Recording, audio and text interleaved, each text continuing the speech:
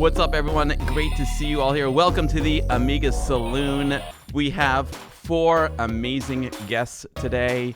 We're going to go through all the games in the AmiGameJam. There were 20 submissions, and it's time to get this party started. We are super, super lucky to be joined by Aaron from the Amigos Podcast. That's Aaron up in the left corner there. We've got Neil from the Retro Collective. Also, nearly. That's awesome. Of course. Hi, everyone. We have RJ Mical with us today. Amazing. RJ, thank you for joining us. It's an honor to have you. And last and certainly not least, we have the one and the only Amiga Cammy, who is the host of this entire competition/jam.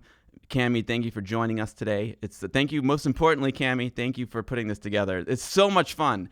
This jam is just so much fun. It's given us so much pleasure throughout the whole year. It's just awesome to have all of you.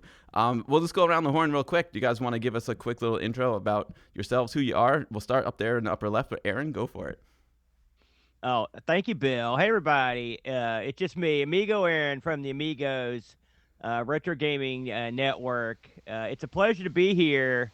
I think we got a great crop of games this year, and I'm looking forward to going through it with everybody. All right. Thank you, Aaron. Neil, how's it going? Hey, everyone. Neil from the Retro Collective Museums and YouTube channel. Great to see you all here and try to keep up the high level of Amiga Bill hype as we go. It's not easy, but I'll do my best. I can categorically say every single game that we see today is better than anything I could make myself. And I think you're going to get some great surprises as we go through them, if you haven't already seen them. Amazing. Thank you for being here, Neil. Down here, we have the one and only Mr. RJ Mical. RJ, thank you for coming. It's an honor to have you here. It's such a treat to be here. It's an honor to be here. I'm one of the original Amiga developers. If you don't know, I'm one of the original gang that put the machine together. And here we are more than 4 decades later, delighting at the fact that people are creating new and wonderful, brand new ideas for games for this machine. I'm just stunned and delighted to be part of this energy and just honored to be part of this team that gets to look at these titles today. Thank you, RJ. Thank you for being here. It's such a pleasure to have you and to have you back, because you've been a part of this competition for many years now. So thank you for giving back so much to the Amiga community. It really means a lot to all of us. And folks like you keep us motivated to keep the Amiga alive. So thank you. And I'm just learning how to do my new system here. And there is Cammy in her awesome gaming room. Cammy, what's up, Cammy? Great to see you. Good to be here. It's so great to see you, Cammy. Thank you again for putting together this awesome event. I'm just, there we go, grid view. Awesome. Thank you, Cammy. All right, so here's what we're going to do. First, let's start out by talking about the prizes for the competition, because this is a competition. It's a friendly competition. The whole idea behind it is to inspire people to make some games, make some creations for the Amiga, even if you've never made a game before. That's the best part about the competition, getting folks to do something outside their comfort zone, do something new. So we're going to see some first-timers here today as well. But let's talk about the prizes that are available here. Let's see, I guess I got to do this. Okay, cool, I got it. Okay, here we go. So we have some. First of all, you can also see all the great sponsors of the AmiGameJam. I put them up on the screen right now.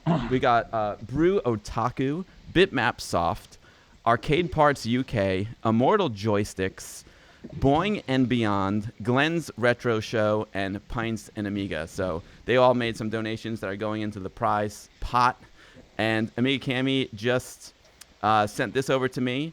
The games are all going to be featured on a full-size arcade cabinet replica in U.S. arcades. The winner is going to receive a 1/16th replica of the same cabinet. Another prize is an Immortal Joystick with custom artwork. You can get 1 Bitmap Soft boxed game. Okay, there'll be actually, I guess 2 people will receive Bitmap Soft box games. There's going to be an Immortal Joysticks t-shirt prize, 1 USB adapter in a 3D printed case. That's probably the Immortal Joysticks 9-pin to USB adapter, I'm guessing. I've got one of those. They're awesome. You can win a voucher for Bitmap Soft.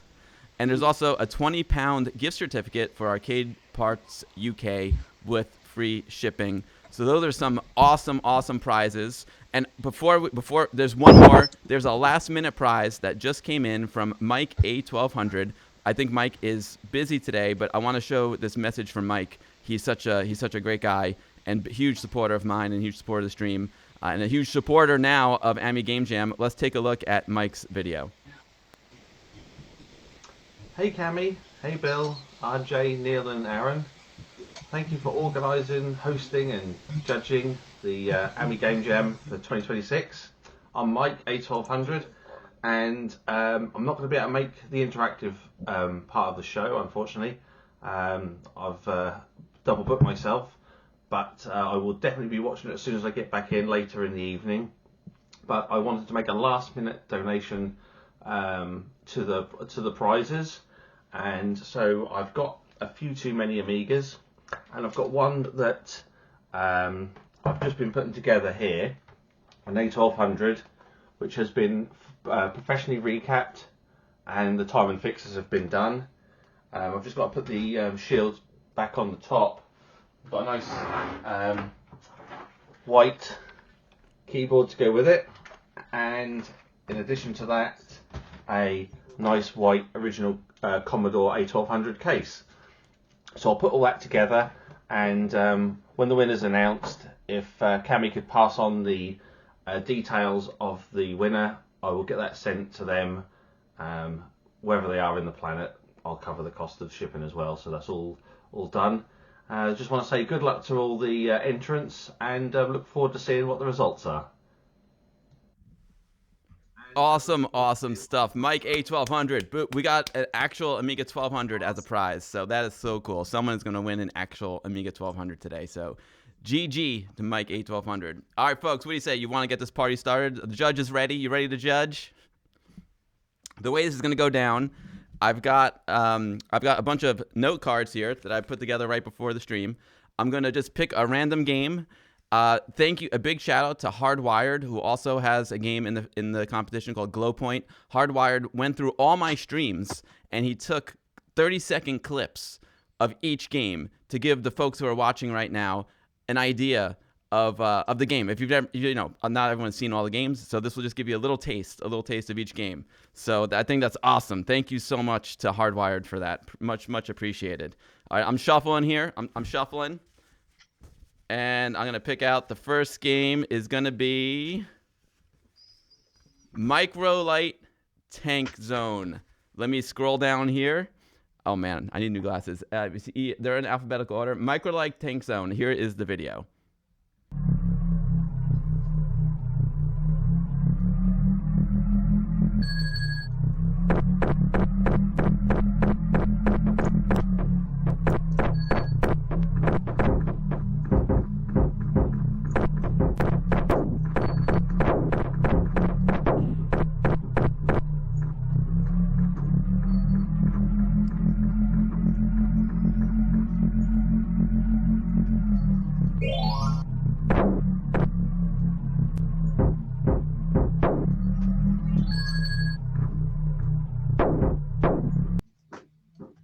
RJ, what do you think of Microlyte Tankzone? Awesome. Why don't we, I love this title. RJ, what do you think of Microlyte? This makes me so happy.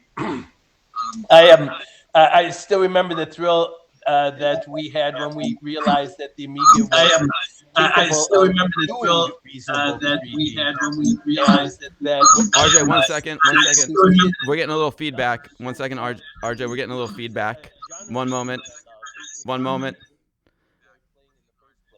This particular kind of game, but done so well with such great interactive quality, and the landscape really adds a dimension to it that I haven't seen before in this kind of game.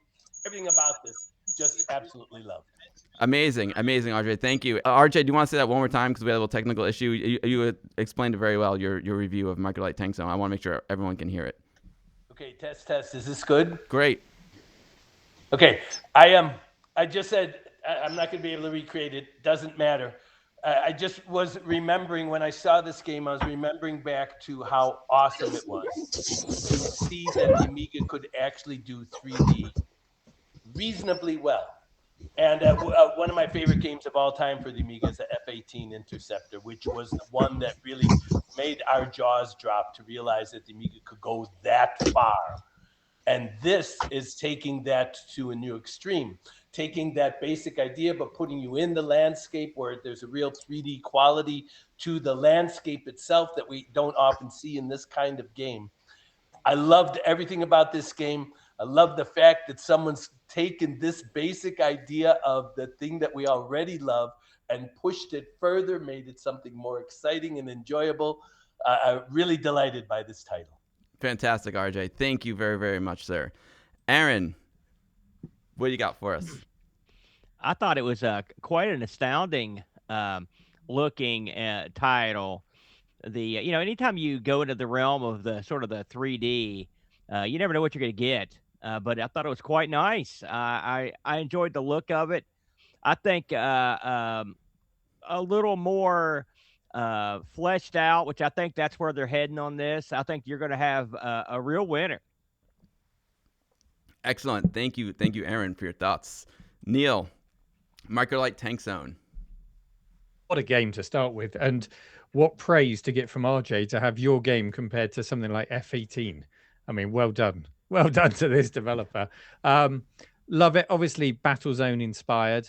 There is an option in the menu to tick, which is the option says play it like it's 1980, and it turns it into full wireframe Battlezone, which is brilliant. And you can whack up the detail for extra trees and buildings. So it's really quite in-depth and well programmed and thought out.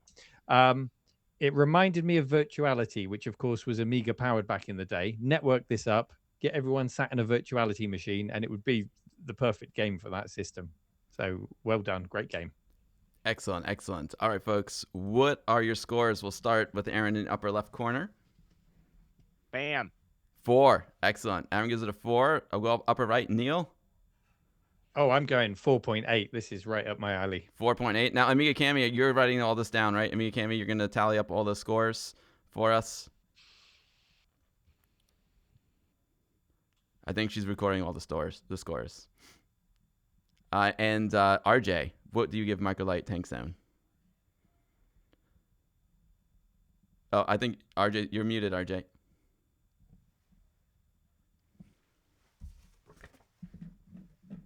Sorry about that. Oh, there you go. Your score for the Microlyte 4.9. 4.9. Excellent. Not a 5 because it got stuck in the landscape once. All right. Excellent. All right, I'm going to shuffle the cards. Now, my original plan was to have the game playing on the screen while you guys were talking about it, but as you can see, my profiles got a little bit messed up, and I need to fix them. So we'll just do this. It'll be fine. All right, next game is Burn. Burn, baby, burn. Let's take a look at the Burn video. Give me 1 second. Here we go. Burn video. The brown one looks like a chocolate chip cookie. I think I'm just hungry for a chocolate chip cookie.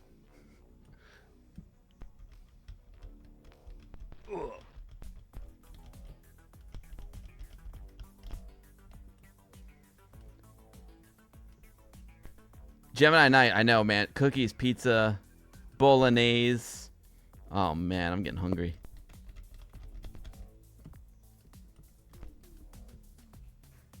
Cool.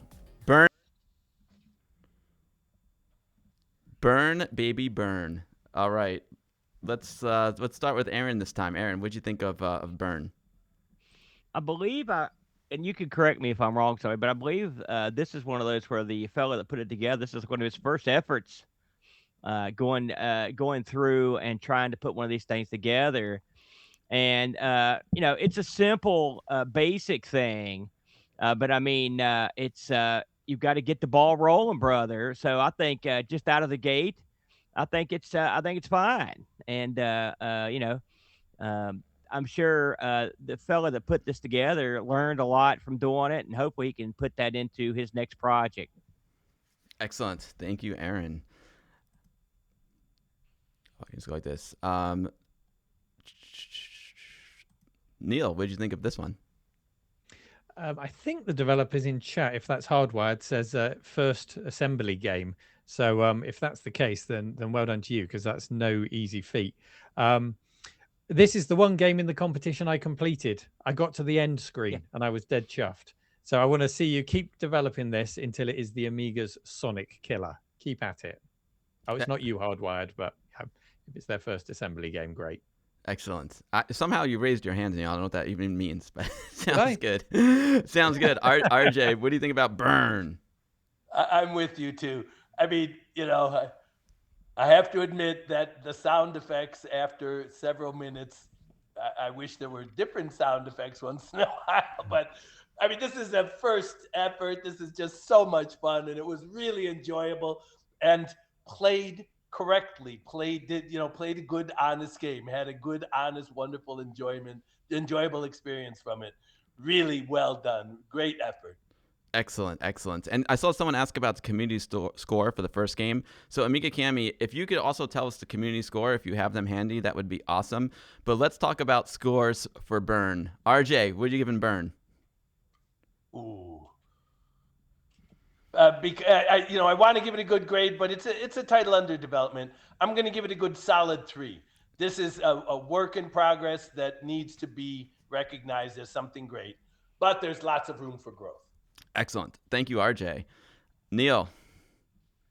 It's a 3 from me as well. Excellent. Aaron. It's better than I could do. I'm giving it a 2. Yeah. Okay. Again, some of these games are whips. It's works in progress, so it's very hard to. You can't really judge a work in progress against a completed game. It's not quite fair. But again, it's just all about getting in the competition, getting a little feedback. So, Cammy, I remember Cammy in years past, you used to hold up a community score card. You could do that again if you want, or you could tell us however you want to do it, Cammy. Community score for Burn was 2.2. I saw it. Excellent. Community score for Burn was 2.2. What was the community score for Excellent. Do you have, Cammy, do you have the score for Microlyte Tankzone? Because I forgot to ask you. I got all twisted around when I saw my profile was messed up there. Cammy did put it in the chat there. She says it was a 3.9. A 3.9. Okay, great. Yeah. A 3.9 for Microlyte Tankzone. Okay, excellent. But Cammy, that visual display is working very well. It reads very well. Thank you. It does. That's really good, Cammy. The visuals work great. Okay, we'll shuffle them up. Let's shuffle them up. And the next game is Cogs N Logs. Let's cue up the video. Be the first safe step to making games more seriously. Exactly. Use your beer on the bar on the right. Oh, that's a beer. Oh, and now we're on a pretzel. I love it. We got beer and pretzels in a game. You know what? When I die, I want to die on top of a pretzel. And now we got a cuckoo clock up there. The king is sleeping on this pretzel. Only kings sleep on pretzels. Pixels at Dawn, thanks for the Hardwired, thank you for picking these funny clips. Only kings sleep on pretzels. Oh, man. Neil, what do you think of some Cogs N Logs? I knew you were going to start with me on this one. This game was Python-esque, I'd say. It was slightly surreal. I felt like I was being trolled at times, trying to find the way out of certain screens. But I did get to ride the pretzel. That was a highlight of the game. I found some developers buttons. I could press 2 to turn backgrounds on and off. I'm going to add extra points for that, I think, because I couldn't get very far in the game, if I'm honest. Did anyone get past screen 3? Silence. Aaron, how do you think Cogs N Logs? No. I did not get to screen 3.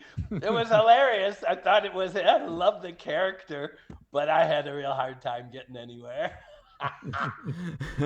I had the same trouble. I saw the guy in the pretzel, and I was like, "This is cool. It's wild. I'm not sure what's going on, but it's kind of fun." The secret to get to screen 3 is press Q on your keyboard. Yeah, exactly. You press that, and you get to a new screen. All right, Aaron, what did you think of Cogs N Logs? Well, much like the one we just talked about, I think this one's like getting the old feet wet. You know what I mean? Trying to learn. I do like a game where I think there's lederhosen in there. There's something that's sort of like a cuckoo clock or something. I wasn't 100% sure what's going on. I think I got to the end, but I'm not sure. But again, you got to get in there and start before you can run. So I think they're off and running. Yeah, Awesome. let me say that too. Let me agree with that. It's going to be hard to say anything bad about anyone, any title where people have put an effort into making this stuff happen at all. It's just so awesome to see this stuff. So I'm giving this one a 4. All right, 4. Excellent. RJ gives Cogs N Logs a 4. No. Oh, okay. Oh, no. Okay. I'm giving this one a 3 again. I'm going with 3 on this one. A 3. Okay, got it. 3. RJ gives it a 3. And let me get over to Aaron's score. What do you give it? 2. 2. Excellent. Okay. And Neil? It was going to be a 3, but I'm giving it a 3.5 because it did make me laugh out loud. Excellent. Excellent. And Cammy, what is the community score for Cogs and Logs? 1.6. 1.6. Whoa. I tell you, there's a lot of value to making you laugh, though, because right, that's what games are all about: having fun and putting a smile on your face. So nothing else really matters. At the end of the day, that's the most important part. Oh, Ted Zog with the raid. Thank you, Reboot TV and Ted Zog, for the raids. All right, excellent. Next game. All right, we're moving along here. I like it. We're moving along this time. I dig it. I'm shuffling the. Oh, don't drop the cards, Bill. Shuffling the cards. Let's see who's up next. We got Creepy Crawlers by Digilicious. Nibbles. Creepy Crawlers. Let's cue up the video. These spiders are indestructible. No. No, they're not. They just take a lot of hits. Life. Come on. Let's get this guy.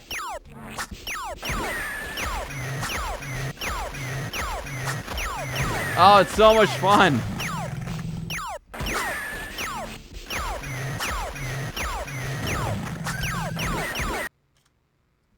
All right. I hope you're not afraid of spiders. I hope you're not afraid of spiders. RJ, are you afraid of spiders?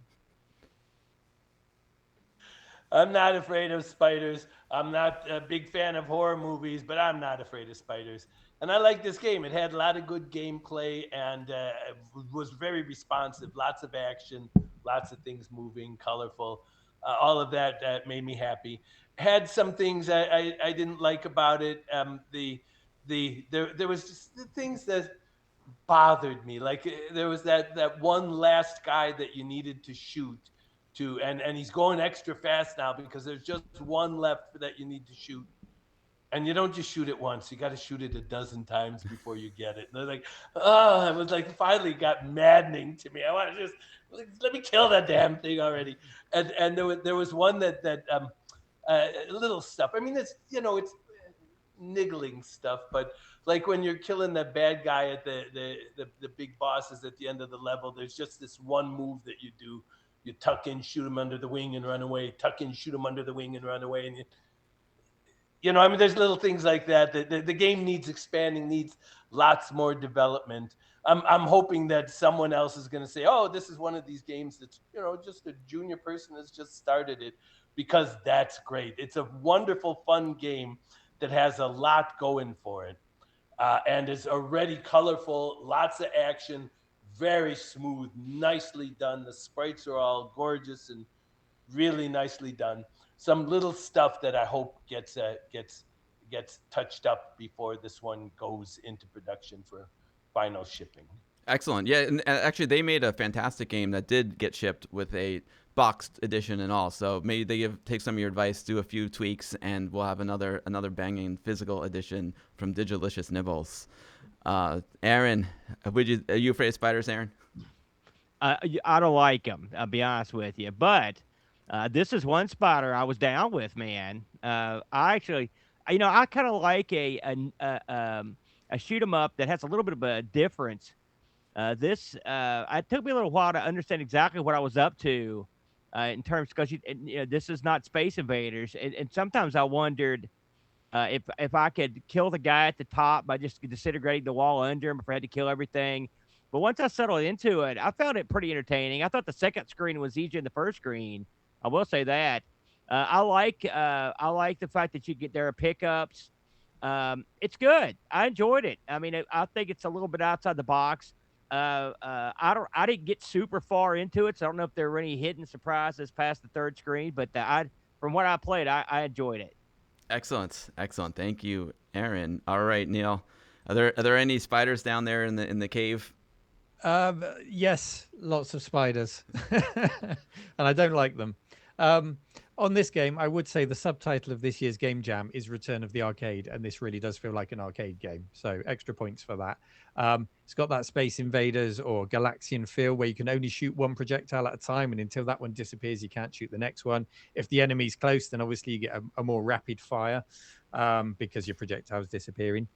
I got well into this game, and I liked also, as I progressed through the game, it wasn't a one-trick pony. The art style changed as we went through the game and onto different levels. You got points for shooting those bricks at the top, so there was an incentive to clear all the bricks as well if you were going for the high score. So nicely thought out, tiny bit more polish, and I think it would be a great arcade game. Really enjoyed it.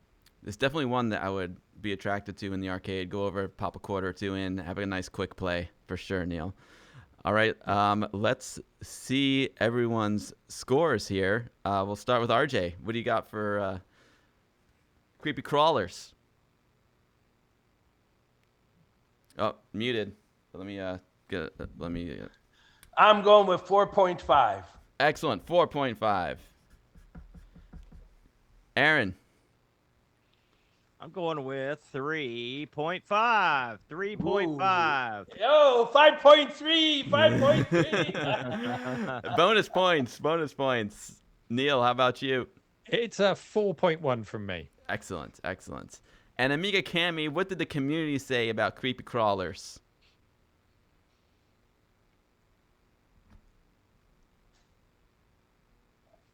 $4.1. Excellent. Excellent. All right, getting calibrated. That's a good one. All right. All right. We're shuffling it up here.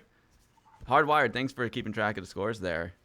And here, oh, this is funny. Look what I picked. We've got spiders, and now we've got infections. We've got the Osiris Infection. Oh, man. All right, here we go. Let's check it out. God. I'm going to grab this thing.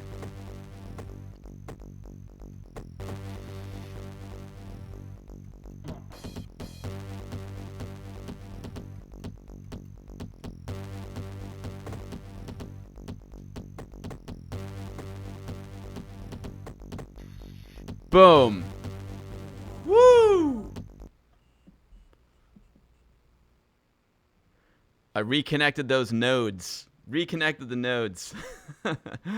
All right. RJ, what did you think of this one? The Osiris Connect. This is a different one. Oh, hang on. Sorry, that was for me? Oh, yeah. This is the Osiris. Yes. Yeah. Right. I couldn't hear if you had handed off to me first. I loved the game. It worked. It was an interesting visual. I loved the quality of it. The display of it made me feel like I was in this otherworldly environment. I enjoyed all of that. The gameplay was not my favorite. I found it interesting, but not challenging enough.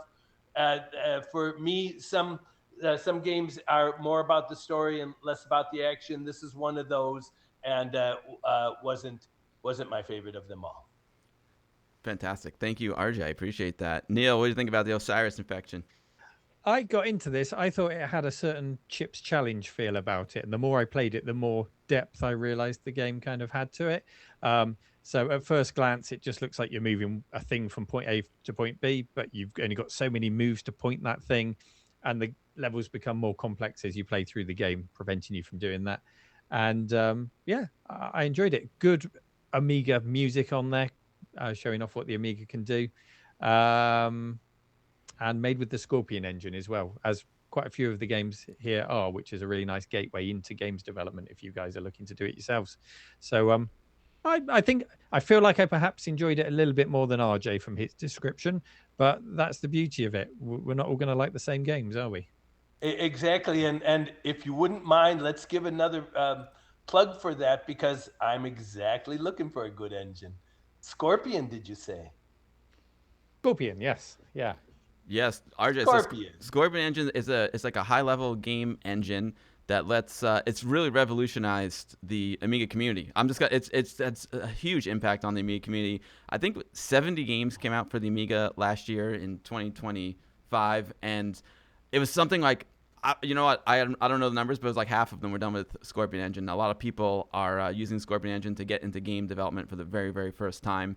And it's made by Eric Hogan, and it's literally changed the whole Amiga landscape, the whole Amiga game landscape. It's really I see Mixel's Lab there in the chat. Wait until you see his game. Oh my God, his games are so good, and they're all made with Scorpion Engine. So it's really brought game dev to the masses. Good. And I don't know if people know this, and if not, then I'm happy to give you the scoop, Amiga Bill. But I've decided that this year, 2026, I'm going to start my own Amiga game development. I don't know what yet, and I don't know when it'll be finished, but we're about to start it. And so all of this is quite timely and excellent for me to hear. Wow, well, this is huge news, RJ, and it's super, super exciting as well. While we're on the topic, do you want to give folks who are watching who may not know your background a little bit of information about some of the classics that you've worked on? Just a quick rundown. If you don't know, I did a bunch of hardware stuff over the years. I was one of the co-inventors of the Amiga computer, the machine that Atari bought and sold as the Lynx. We did the 3DO multiplayer system. A bunch of years later, I was one of the people that helped develop the OS for the PlayStation 3. I've been doing hardware stuff and operating system stuff, tools and all of that over the years, lots and lots of stuff. And I've contributed to the development of countless pieces of software, but nothing that I could ever take any real credit for. I was always kind of dabbling at the corners or helping as a consultant with this problem or that. But I am talking now about finally, for the first time in my career, and I've been in the industry since Amiga days, which was 40 years ago, something, whatever it was. I've been in forever, since Williams Electronics, which is 3 years earlier than that. And the one thing that I have never done this whole time is my own game development company. I've developed a lot of stuff. I've helped a lot of people develop games. I've never done my own. It's time for me to do my own. I'm thinking of even doing a Kickstarter to see if we can figure out a really outrageous thing that we might all decide to try to do together as a community. And so keep your eye open for that. This is awesome news, RJ. It's super, super exciting. And yeah, the Amiga community, you got the best community here. So many talented people, from artists, coders. Oh my God, I'm really, really excited, RJ. This is awesome news. Thank you for sharing it with us. And well, if I may say, Amiga Bill, this is, of all the places to make announcements like this is the place. Congratulations on this incredible thing that you do, and for all of the amazing information, facts, fun, knowledge that you bring to the community day after day, week after week, year after year, my friend. Much appreciated. Really excellent job.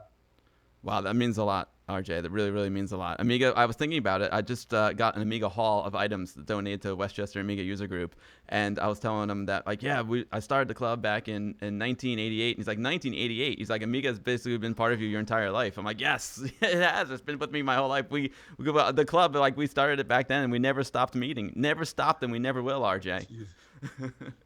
88, so that's 98, 8, 18. Jesus, man.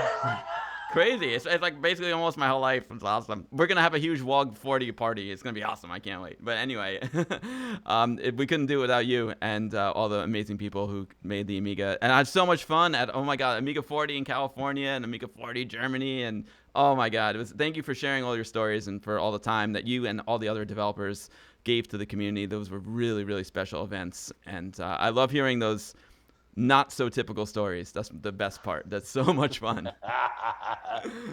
Yeah, you pour a little beer in us, we'll tell you some other stories that don't make it in the press. Oh, that's great. All right, RJ. Well, thank you for the kind words. That really means a lot. And good luck with the new endeavor. We're all here for you. All right, Aaron. Go for it. Osiris. Oh yes, I love this game a lot. Actually, it's one of my favorites. I love the look of it. I love the sound of it, and much the parroting of what Neil said. The further you get into this, the more of the depth of the game becomes apparent. I just think this is real clever. And the thing is, this isn't necessarily the kind of game I'd want to play normally, but the way it's wrapped up and presented, it really makes the effort more appealing. And then once you get into it, you find out that maybe you're enjoying a game that you probably wouldn't have even tried if it'd been presented in a different way. So I thought this was like a total package sort of affair here. I really enjoyed it. Excellent, Aaron. Thank you so much for your input. I wish I knew the keystroke to go to the grid mode. I'm still learning the Facebook Messenger. All right, so let's do some scoring. RJ, what did you give Osiris?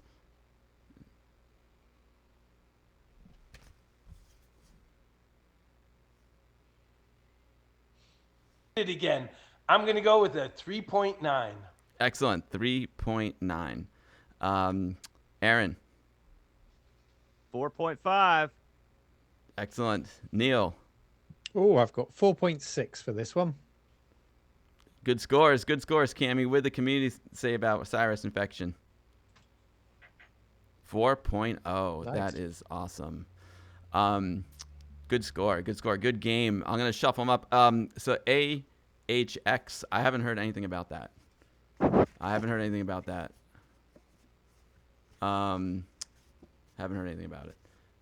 But I will look into it for sure. I really hope it's not true. All right, here we go. Let's shuffle them up. But I haven't heard anything. So I hope it's not true. Let's shuffle them up. The community score, the community score is 4, right, Cammy? Yep. Okay, great. All right, next game is random pick here. Kaboomania. All right, let's cue it up. Kaboomania. Let's go.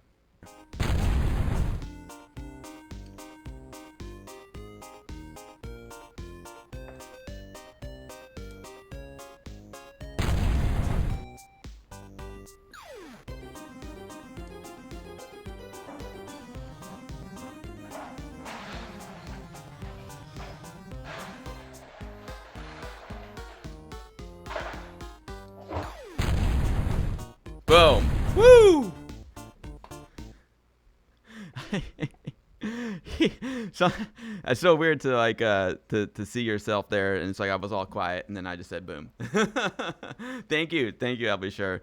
Kaboomania is a very interesting one because it's not just an entry in the jam, but it's also a commercial product. It's a very nice like Dyna Blaster Bomberman type of game, and I even did some beta testing for it. It's a good one. I love games that you can play together, couch co-op. But anyway, I'm not a judge. I'm not saying anything. Neil, what do you think of Kaboomania? I mean, who doesn't like a game where the main character is called Scott Whiskers? Yeah, with Duke Nukem, isn't it? Scott Whiskers. Music by Chris Hulsbeck. Massive points for that. And even the first thing you see is the Fancy Factory logo when it loads, which I think the art style is kind of a nod to Turrican too. It's really, there's lots of sort of nods and throwbacks in this game, which I really liked. But in the game itself, obviously a Bomberman Dyna Blaster type clone with a nice bit of scrolling. And as you get further into the game, it becomes a four-way scroller rather than just left to right like you've got in the early levels. Lots of power-ups which carry over with you when you die. New art as you progress through, and new enemies like the ghost that can go through blocks as you progress through the game. Just a really technically nicely made and brilliant Bomberman clone. And Bomberman is such a tried and tested brilliant formula that you can't go far wrong with it. I enjoyed it. Thank you, Neil. Aaron, gonna play a little couch co-op on the Amigos podcast with Kaboomania? You know, I'm pretty well known for people that know me that they know I don't like Bomberman. I suck at it. And anytime I went to parties where they played it, I was the geek that got killed instantly and then watched everyone else play for 15 minutes. So it's kind of a bummer. But with all that said, this is a smooth operation here on this one. you could tell the people that put it together knew their way around the computer when it comes to programming. The presentation's nice. It's got a cool opening. I'm always a sucker for that, and so this is definitely a nice game, nice presentation, and it's certainly well made, I think. Excellent. Thank you, Aaron. RJ, Kaboomania. Boy, I gotta agree with everything Aaron just said.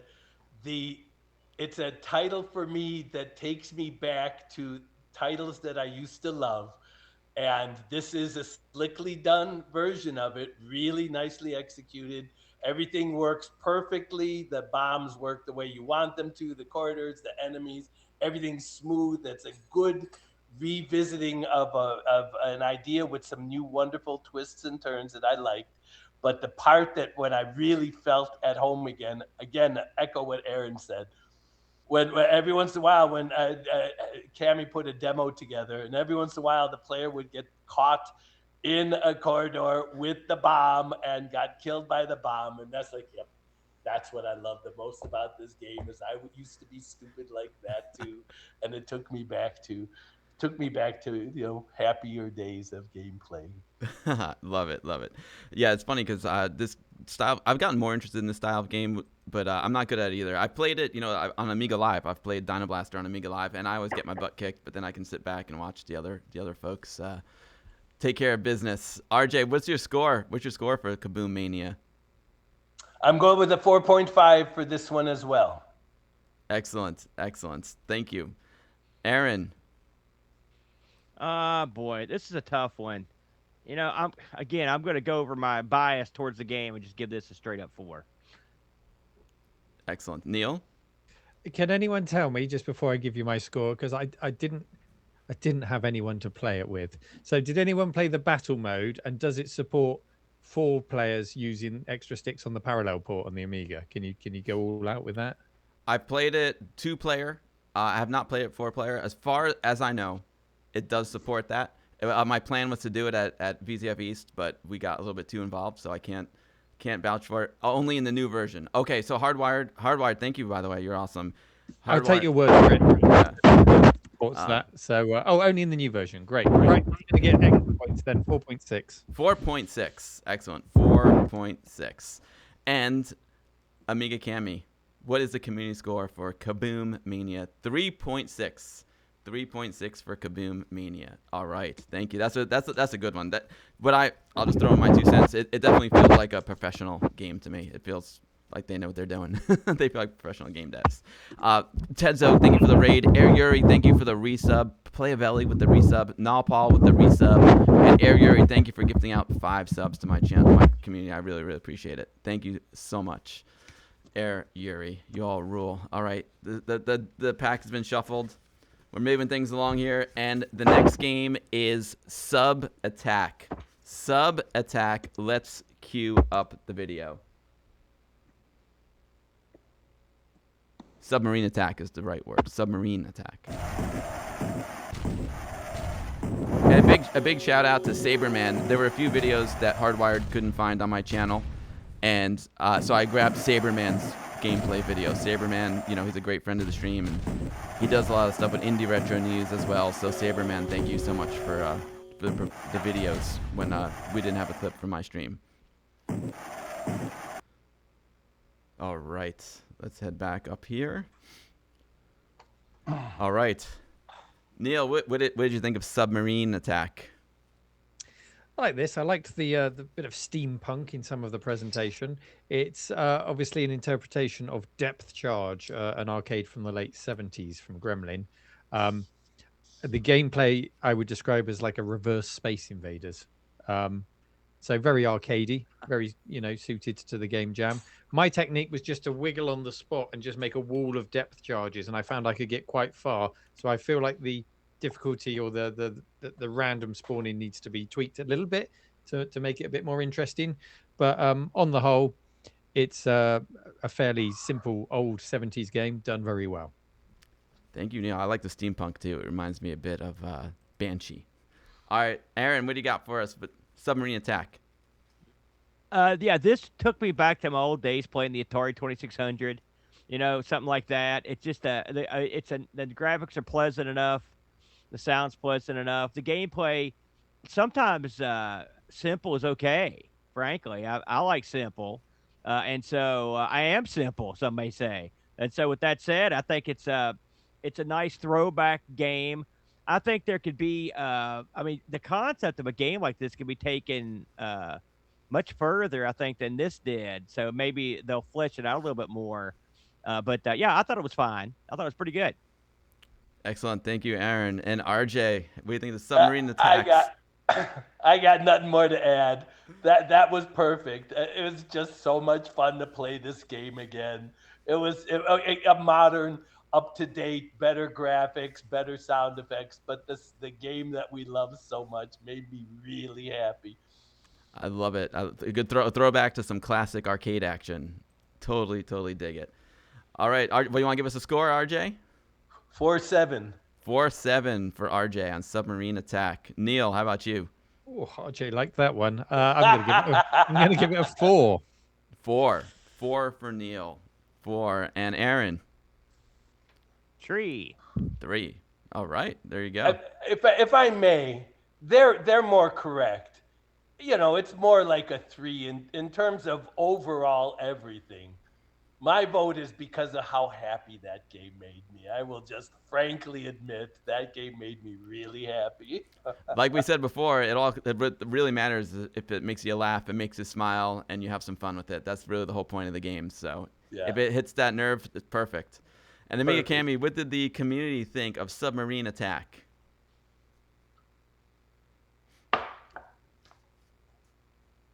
Amiga Cammy, do we have a community score for Submarine Attack? She's assembling. Oh, she's doing it. Okay. There we go. 2-9. There it is. That's such a Wow. cool. I love it. Man, am I off this time? I love how she has got the tablet. That's awesome. All right, we are moving along here. Let's see what we got next in the deck. Next in the deck is Glowpoint. Glowpoint. It's not Tetris. It looks like Tetris. It's not Tetris. This is also a big shout out to Hardwired. Hardwired is one of the key people behind this game, and he's also the one who created all the clips for us, and he's doing a great job in the chat right now. So thank you so much, Hardwired. And what's up, Amiga Live? Yeah, I love playing the Dyna Blaster with you on Amiga Live. All right, here we go. Glowpoint. We conquered that. Let's build it up. So, yeah, build it up. Look, Hardwired, I'm getting pro now. I'm getting pro now, Hardwired. Look at me. Look at me, Hardwired. I'm getting pro.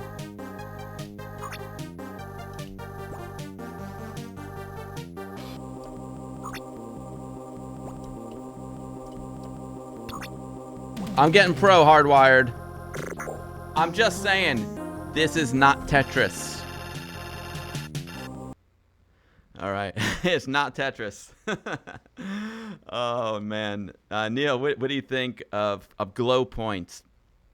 Yeah, for anyone watching it thinking it's just Tetris, okay, it's nearly Tetris, but there's a flashing square in there, and you've got to make the line with the flashing square disappear to clear the level. Based on a 1988 Sega game called Flashpoint. Everybody knows how Tetris plays, so I can't say too much about the gameplay other than it's very well implemented.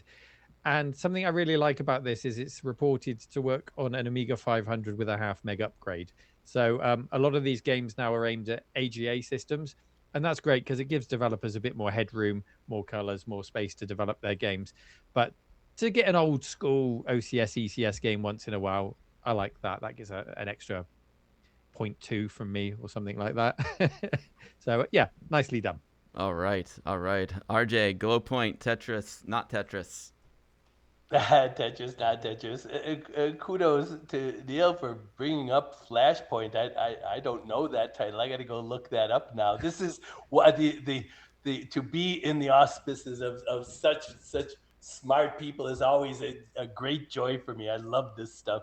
I agree. It's Tetris, not Tetris. It was a lot of fun, well executed. It didn't try to be anything more than just a not Tetris game, and that was great. I enjoyed it a lot.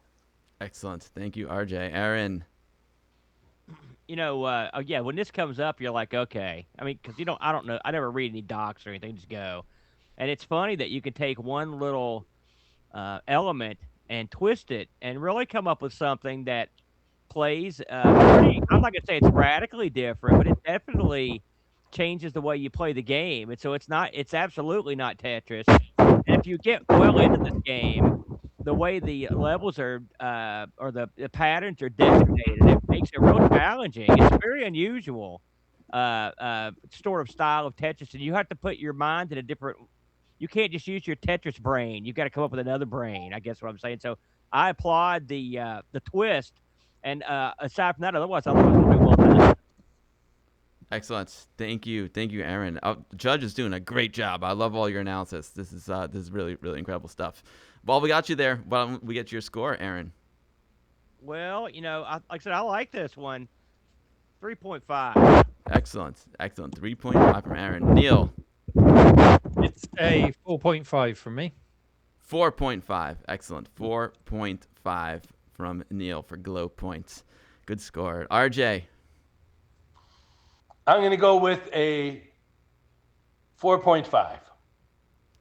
It's a tie. I love it. And we got a 3.6 community score for Glowpoint.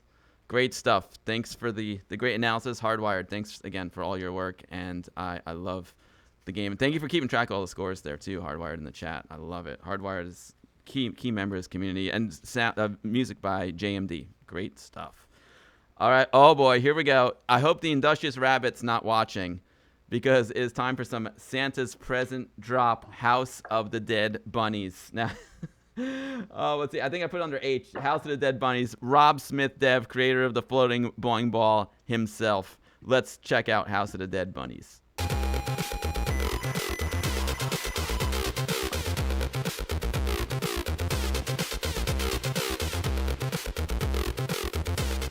The House of the Dead Bunnies.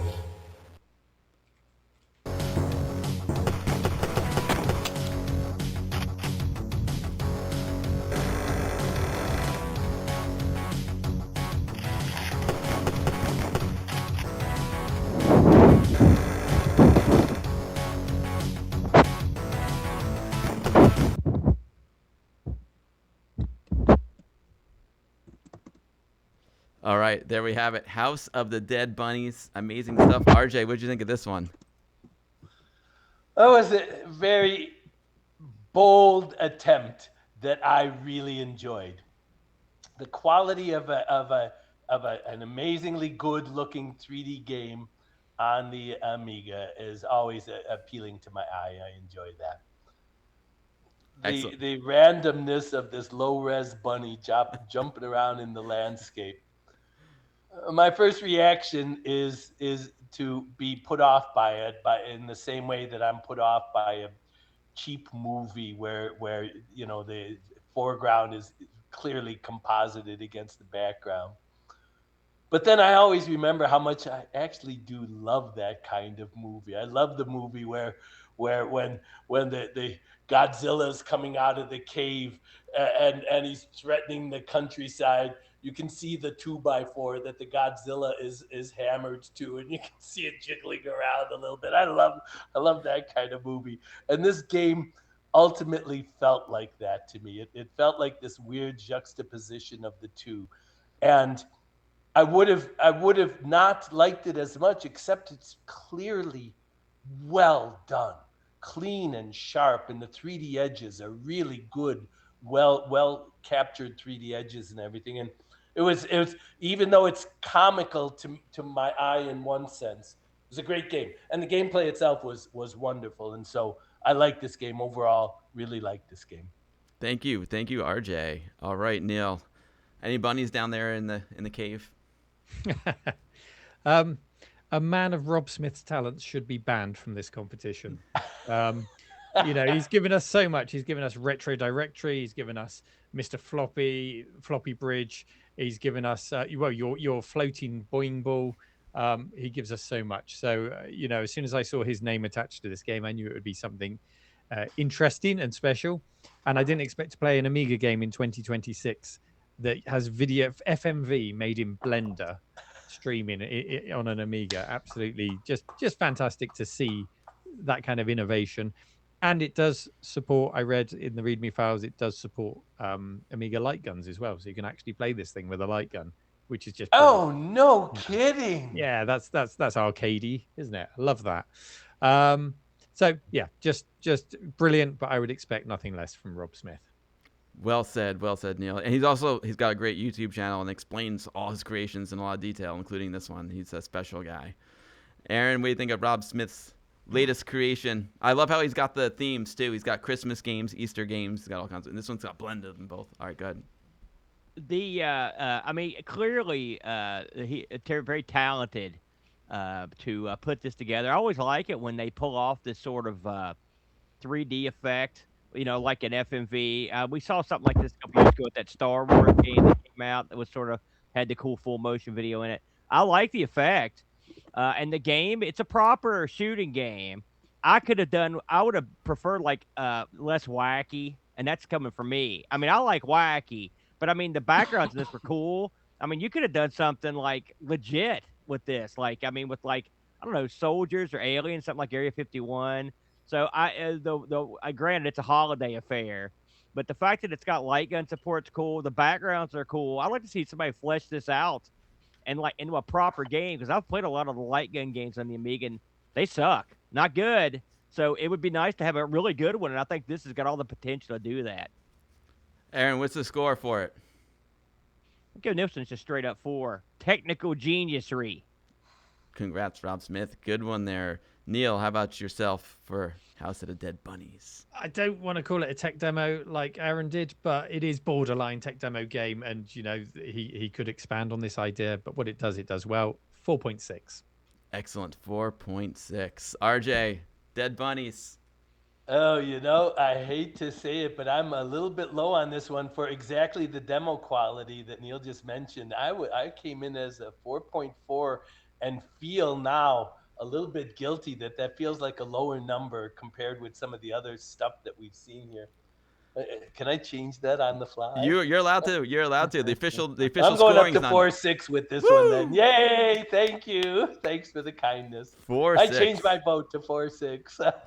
Love it. Great. Thank you, RJ. And Amiga Cammy, what did the community say about House of the Dead Bunnies? A 3.3. 3.3. Excellent. Remarkable accomplishment. Yeah, it really is. Rob Smith is really a special guy. Here, so if you want to know what we're talking about, you can see the floating bowling ball right there on the lower left corner. It's the centerpiece of my Amiga Saloon there. It's a floating bowling ball. He's a genius. He's even made one now with the proper tilt on it. Rob Smith just keeps getting better and better. Awesome stuff, Arcade Ages. He's so good. Aaron was a 4. Got it. All right. Next up, we've got... Ooh. Pauldron. This is okay. I don't want to give my opinions. I'm not a judge, but this is a cool one. They're all cool, man. I like them all. Let's check out Pauldron. This is freaking rad. A whole new control system, folks.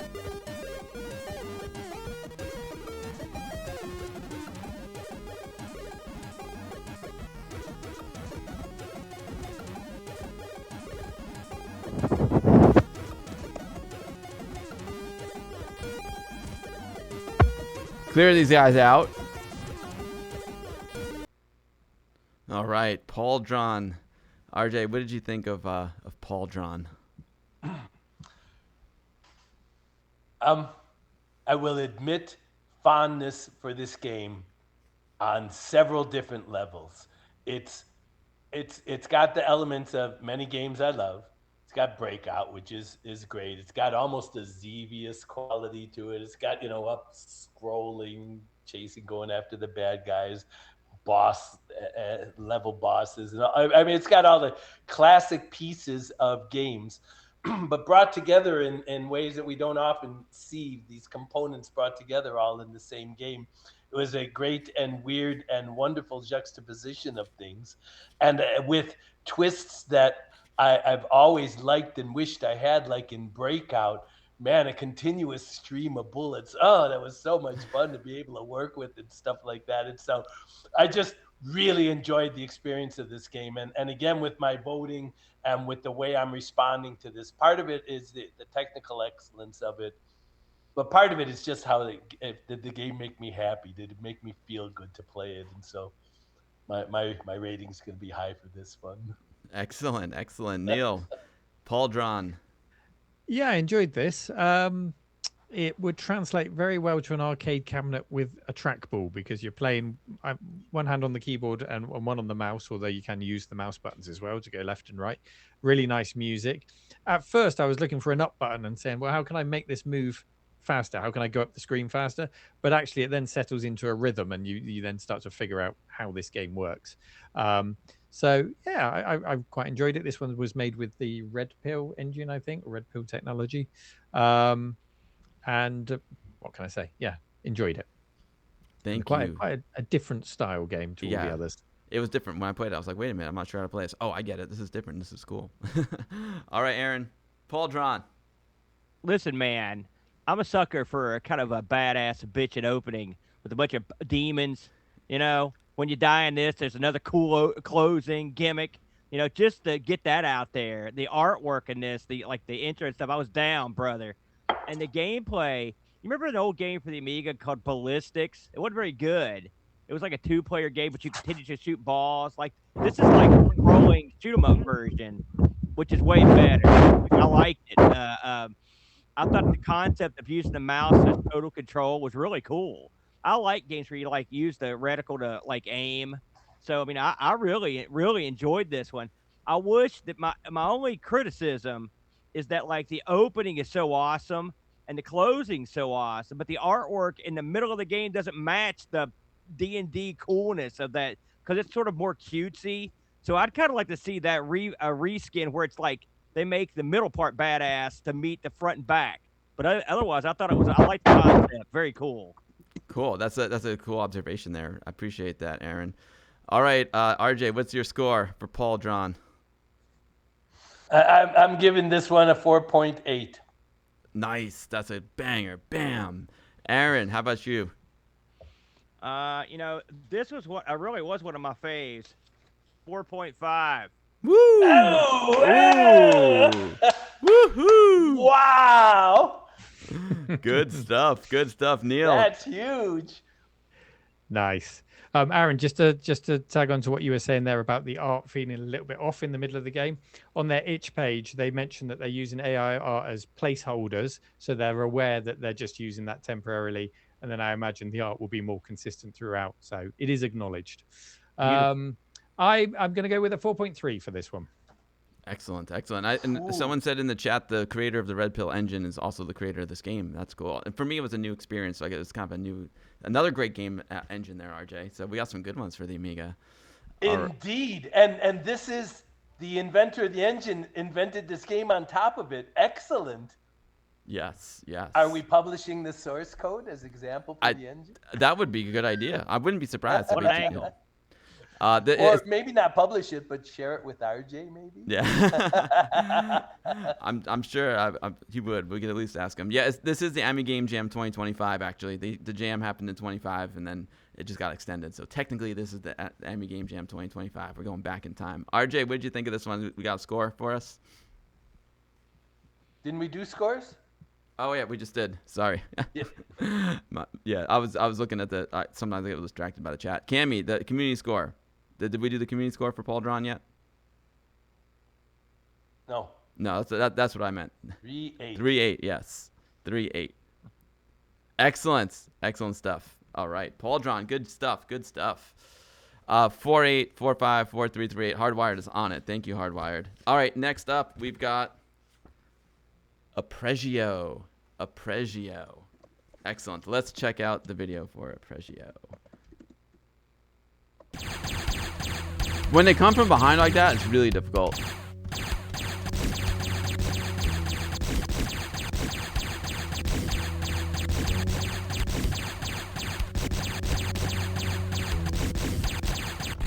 Oh, man. I'm telling you, those guys that come from behind are nasty. Wait, am I dead already? Oh, dude. It's tough. I like it, though. All right, Arpegio by Ted Zog, who gave us the raid before. Love me a good side-scrolling shoot-'em-up. What's up, Modern Vintage Gamer? Pimmy. RJ, you're a great shoot 'em up guy. What'd you think of this one? I thought it was a great shoot 'em up. It had all the simple pieces that you wanted, and I enjoyed it. Um, I enjoyed it for the kind of game it is. I was, played this kind of game a lot and was hoping for some new twists and interesting bits. And perhaps I didn't play it long enough, but I felt it was a great demonstration by someone who wanted to create this kind of game. And I'll stop there. Excellent. Thank you, RJ. Is some fun facts in the chat. This is Ted Zog's first game ever made. Okay, this is what I was looking for. This is what I wanted to hear. And congratulations on an excellent game. This is the kind of stuff you want to see. Exactly. And made with the Scorpion engine, Erox Scorpion engine. So it's a real community effort. That's fantastic. No, man, now I don't know. Oh, great stuff. Aaron, what'd you think? Yeah, I'm a sucker for these sort of scrolling shooters. This is sort of like something you might play out like on the MSX, sort of what it sort of reminded you like a throwback. The art style is simple, but I found it sort of endearing in a way. Just because I play a lot of old computers, real old, and this reminds me of something you'd play on one of those. For a first effort, holy smokes, well done. Keep the ball rolling. Because I thought this was a pretty decent game, all things considered, complete with an end boss. I enjoyed it. I think there's a lot of potential here from the fellow who put this together. Love it. All right, Neil, do you like yourself a little side scroll and shoot 'em up? I do. I'm really impressed that this is the first game that they've made. It's rapid. It's brutal. I think you get 3 hits, but that goes straight away. You get all 3 at once if you hit the scenery most times. Sometimes you get away with it. So I was crashing all over the place. Extra points for having a giant eyeball as an end of level boss. Love a giant eyeball in a side scrolling shooter. It was had those scramble elements where you had to actually navigate the mazy bits as well. It wasn't just all about shooting. But no power-ups. I didn't come across any power-ups. So it feels like this is a really solid foundation that can be developed into an even better game. That could be up there with, your Blood Monies or your Silkworm on the Amiga, or your Project X, as someone mentioned in chat.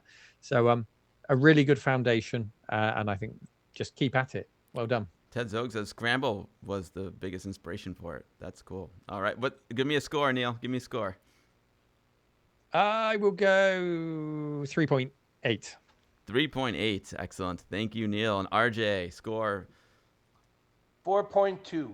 Woo! Excellent. Great job. All right, Aaron. Big 3. 3. Fantastic. It's co-op too. That's amazing. Amiga Cammy, what did the Amiga community say about 3.2 for Arpegio from the Amiga community? Amazing stuff, Teddy. Congratulations. I want to see more from you. That was really, really good stuff. I'm a big side scroll and shoot 'em up fan. And yours is a banger. So yeah, great stuff. Me too. Well done. More. All right, so we got a little maybe Nintendo going on right now. I don't know. We'll see. Microlyte Karting. Start your engines. Let's go to the M's Microlyte Karting. Here we go.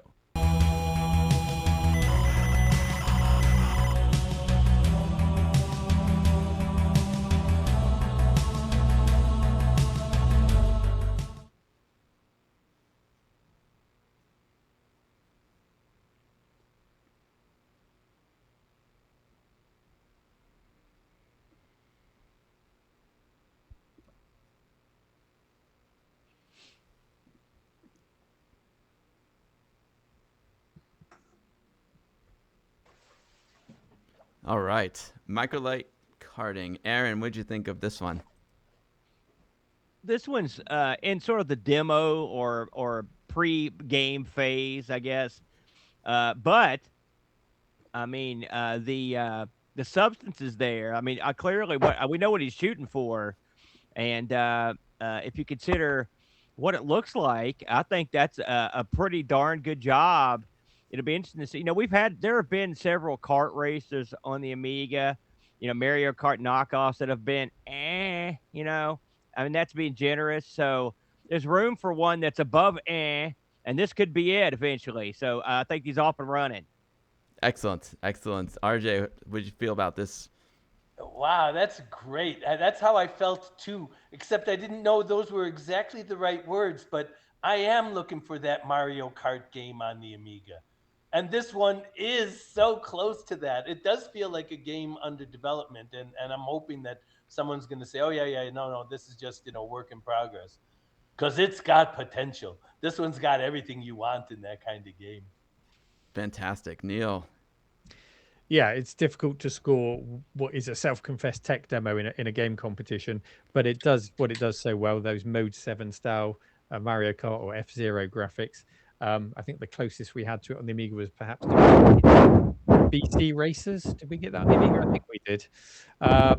And on the itch page, the author says this was written in raw 68020 assembly to see if it was possible on an AGA Amiga.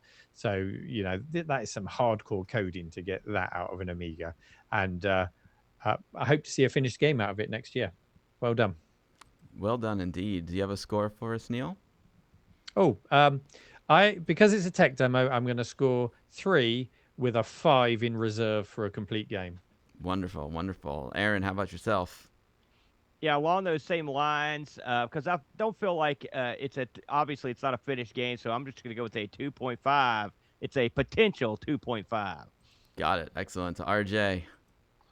I gave it a 4.1, scoring higher than everyone else typically. No, it's all good. And Amiga Cammy, what did the community say about Microlyte karting? 3.2. Excellent. Ooh. Good work. This jam there's so many good games. It's crazy. Even the tech demos are good, and I think it's really exciting to see a kart game, a Mario Kart game, come to the Amiga. And I love the split screen. I love how you see the map on half the screen and the game on the other. I think it's really cool. Great work on a tech demo. Exactly. All right. We are gonna shuffle them up here. And here we go. This was an interesting one. Double Baboon Ninja. I love the names too. They're so good. Let's go to the videotape. I mean, the game is awesome.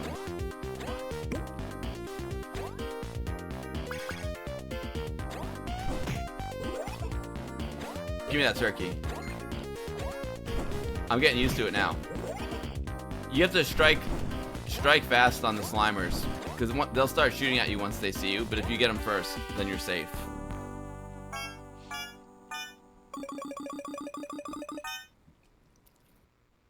Woo! Dan Lab G coming in hot with that one. RJ, what do you think of Double Baboon Ninja? I can tell it brings a smile to your face. Quantic CD32 said it in the chat, man. This game looks great and it plays awesome. That's really all you need to know about this one. Really happy. I mean, what's not to like about this game? There's thrills, there's drama, there's even what seems to be a little romance at one point, and there's like, oh my God, that ever rising lava or poison or whatever. Oh, Jesus, it's just everything's great about this game. I love it. Neil, Double Baboon. Double Baboon. Just brilliant. Absolutely brilliant. I don't know if I should say this, but what I like about this game is that it didn't immediately feel like an Amiga game, which is not a slant on Amiga games. It's praise as to its originality and how original it feels to play. And it doesn't feel like rehashed mechanics. It feels completely new and fresh. Yeah, it's got a little bit of Rainbow Islands in there and the way that it plays going up the screen. It's got a lovely end of level boss mechanic where you've got this never ending vertical fight going on with them. Brilliant art, brilliant music. It is an incredible game. Everyone should download this and give it a go. Excellent. There's someone at the door. Yeah, that's all. It's all good in the hood. We're doing a show here. Aaron, well, maybe it's the pizza guy. That would be cool. What's up, Aaron? There you go. Of course, the subtitle is the return of the arcade, and I think the game captures that aspect at least as well as any other. It reminds me sort of like it's got elements of like the Killing Game show in here, where you're trying to avoid hitting that bottom floor of as the lava or the green slime raises up. Art style, not only is it good, it's great and it's unique. Like I love it when you see something that's just different. I mean, in the art, I love the art aspect of it. It controls pretty well. And like Neil said, it's got the boss battle is fun. And it's just another game that is polished, more polished. And I mean, listen, I've played a lot of game jams from years ago and all the way to now. And like the polish this year is off the charts. And so I'd say they're all mostly polished, but this one's double polished. Like somebody knows what they're doing with the Baboon. Plus, you get multiplayer. Big winner, big winner there. I liked it. It's so polished, it's slippery. You see your reflection in this game. It's so polished. Aaron, it's as polished as my head right there, Aaron. What do you got for us? Listen, I'm a miser of points, as you know, but I call them like I see them, bro. Boom! Woo! The 5.0 from Aaron for double Baboon. RJ, what do you got for us? Wow. I gave it a 4.9. And again, just like the other one, I saw a glitch somewhere in there. The video, the tiles didn't line up and it was glitchy. And otherwise, I would have given it a perfect 5 myself. Wow, I'm stunned. Great score. Excellent. Congrats, Dan Lab G. What do you got for us, Neil? That wasn't the game. That was RJ's glasses. Definitely, there is nothing wrong with this game. It's a 5. Wow. Wow. Can I change my score?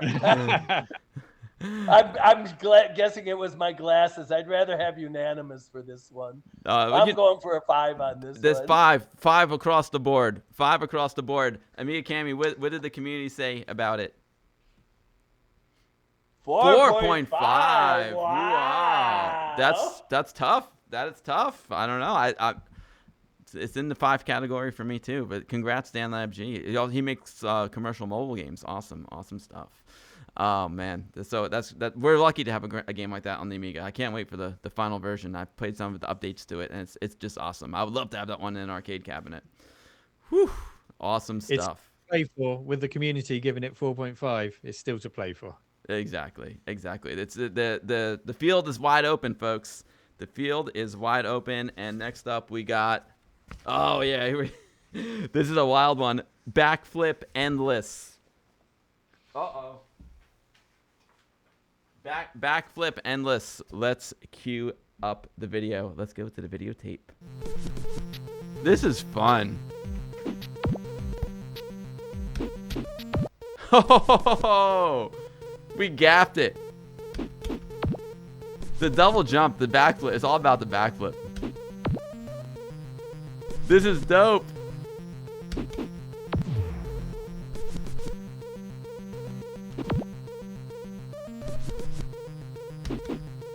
Oh, crap. Well, I seem to like that one. I'm watching myself play the games. It's funny. Backflip Endless. Aaron, why don't you start off with this one? You know, on the surface, by the way, the name is odd. I mean, let's go there.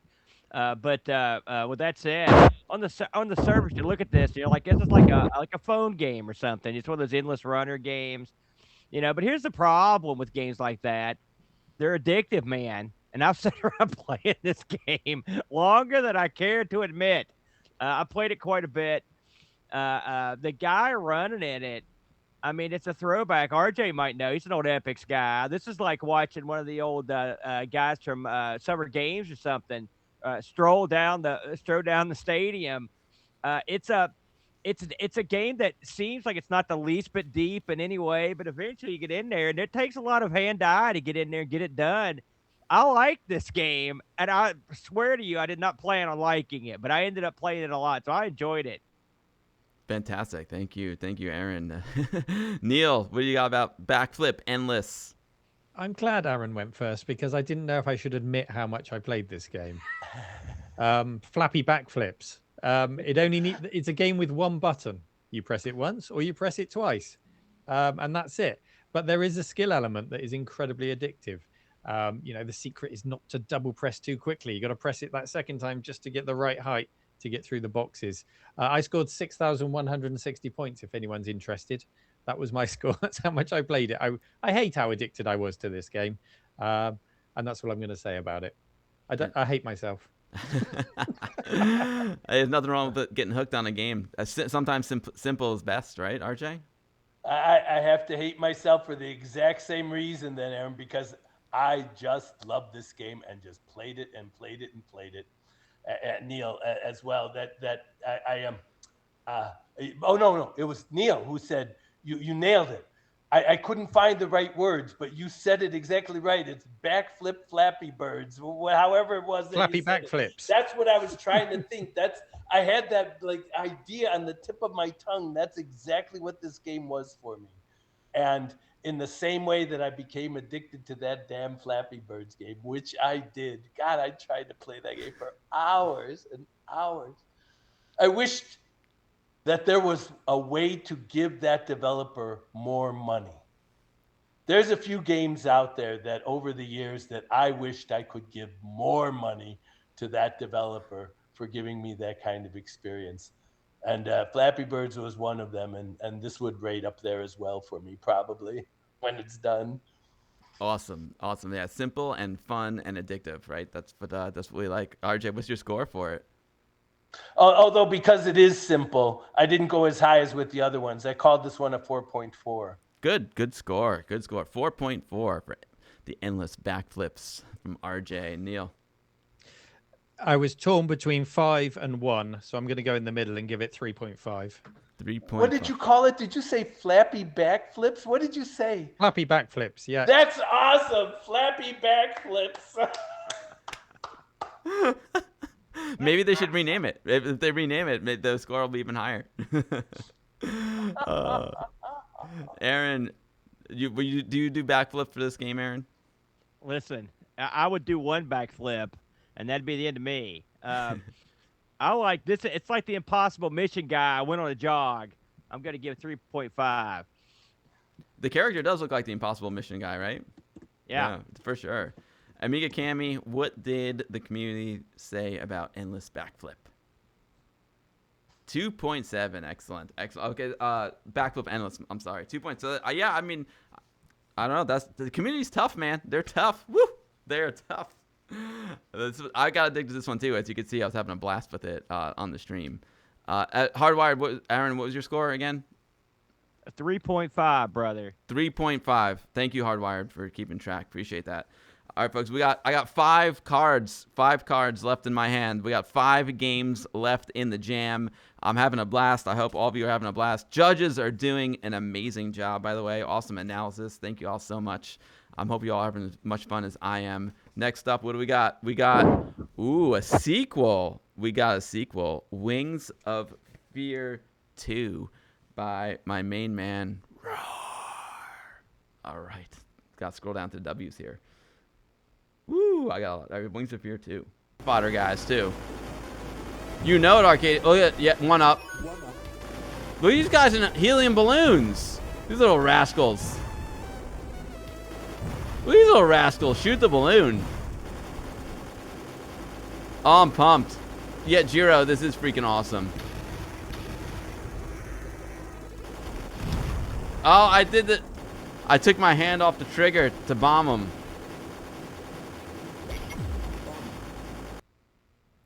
Roar coming in hot with a sequel. He made his first game last year, and he's already got a sequel in the works. Woo!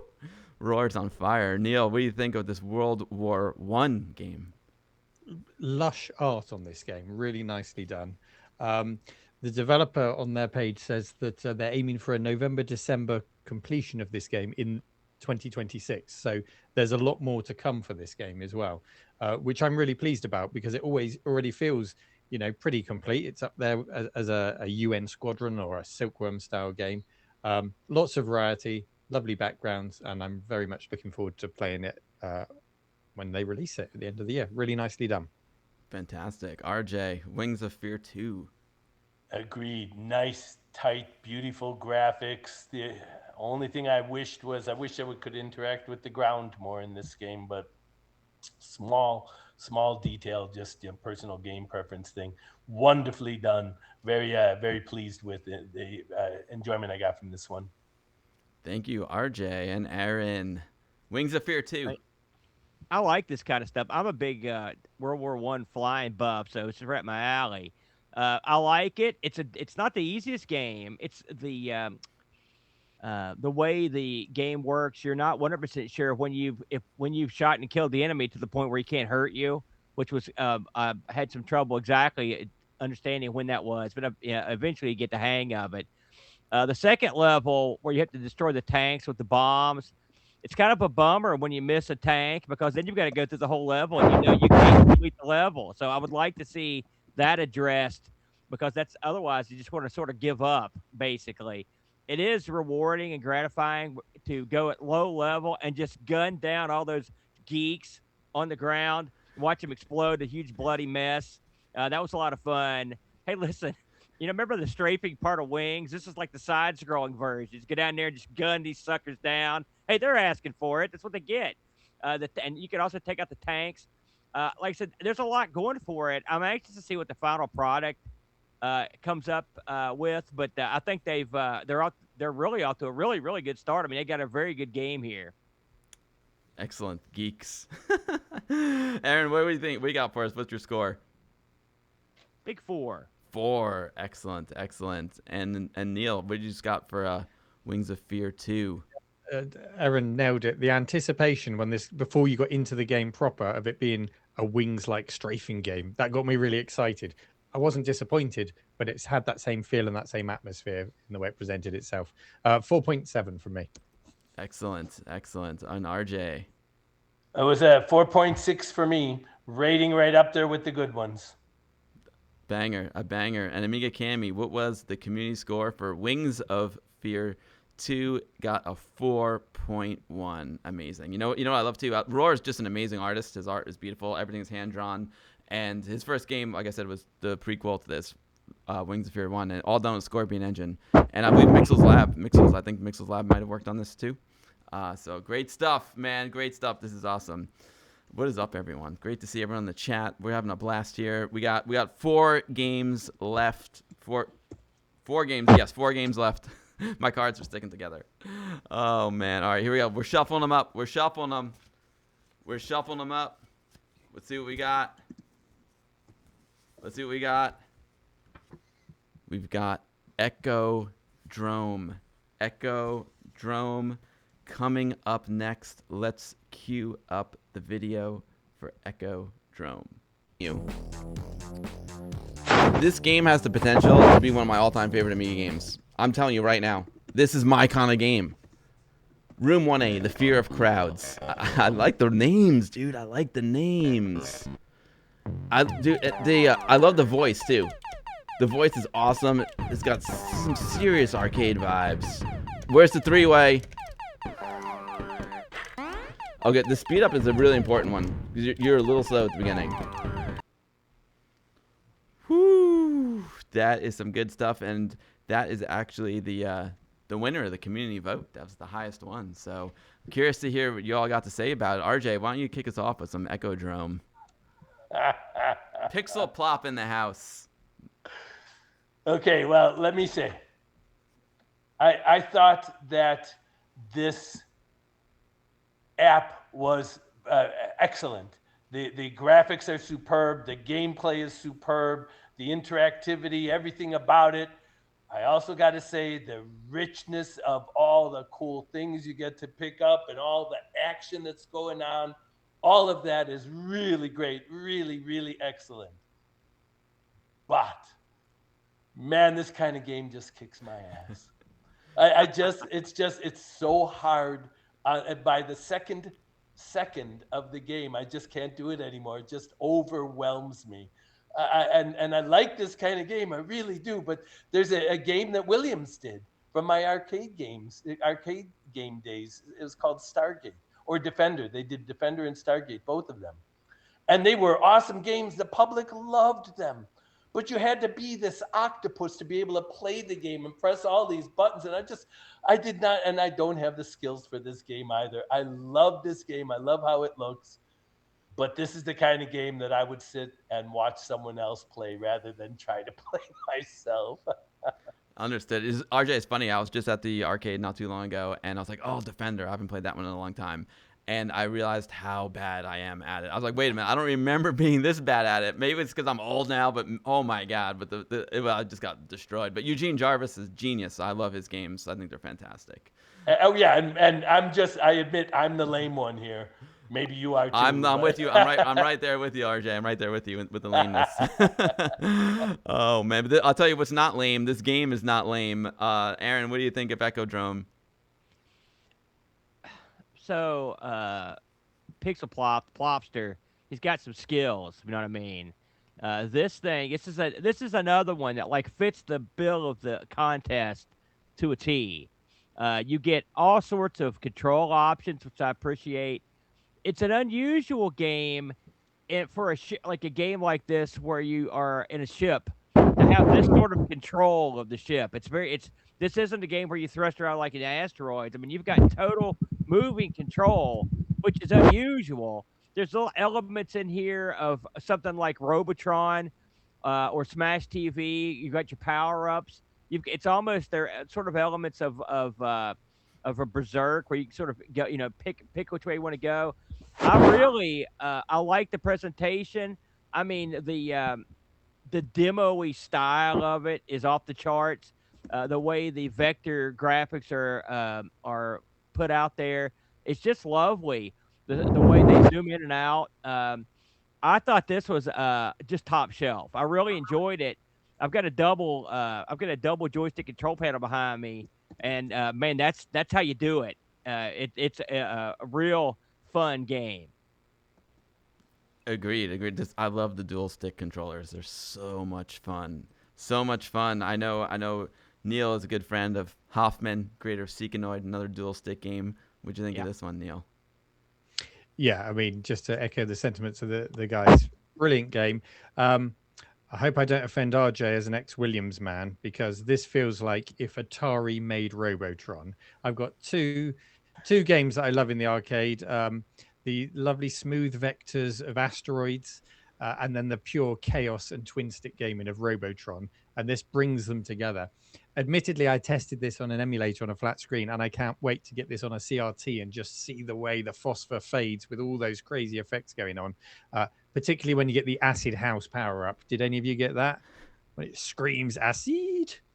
No, really? Yeah. Brilliant. Absolutely brilliant. I see it supports the CD32 pad, so you can use that as a twin stick if you want to shoot.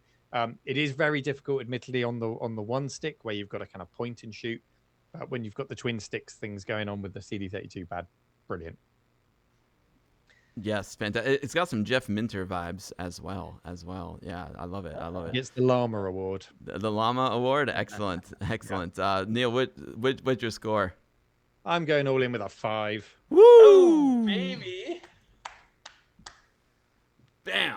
Woo! All right, what do you got, RJ? I'm doing 4.9. I had several 5s that I said accept, and this one is accept. This one kicks my ass within 15 seconds of trying to play it. So I'm glad to upgrade 1 to a 5, because now it's clear in my head which one, if I had to stack rank, which one I'd put on top.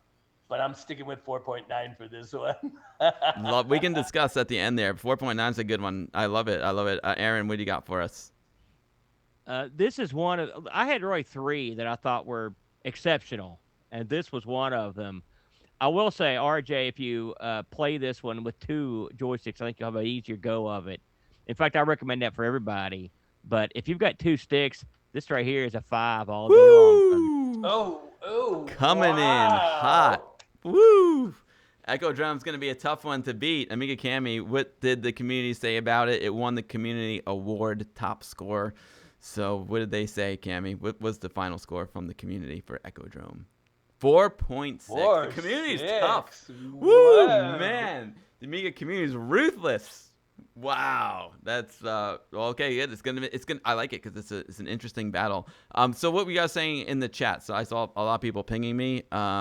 You were asking, did any of you guys play Geometry Wars? Is that what the question was? Anyone play Geometry Wars? Oh yeah. Yeah, good stuff, right? It reminds you of that. Sweet. All right, let's shuffle them up. We got 3 games left. 3 games left, and the competition is fierce right now. Shuffling, and let's see. This is Movimiento Constante. Movimiento Constante. Let's cue it up and check it out. I'm influencing this red ball down. We're influencing it.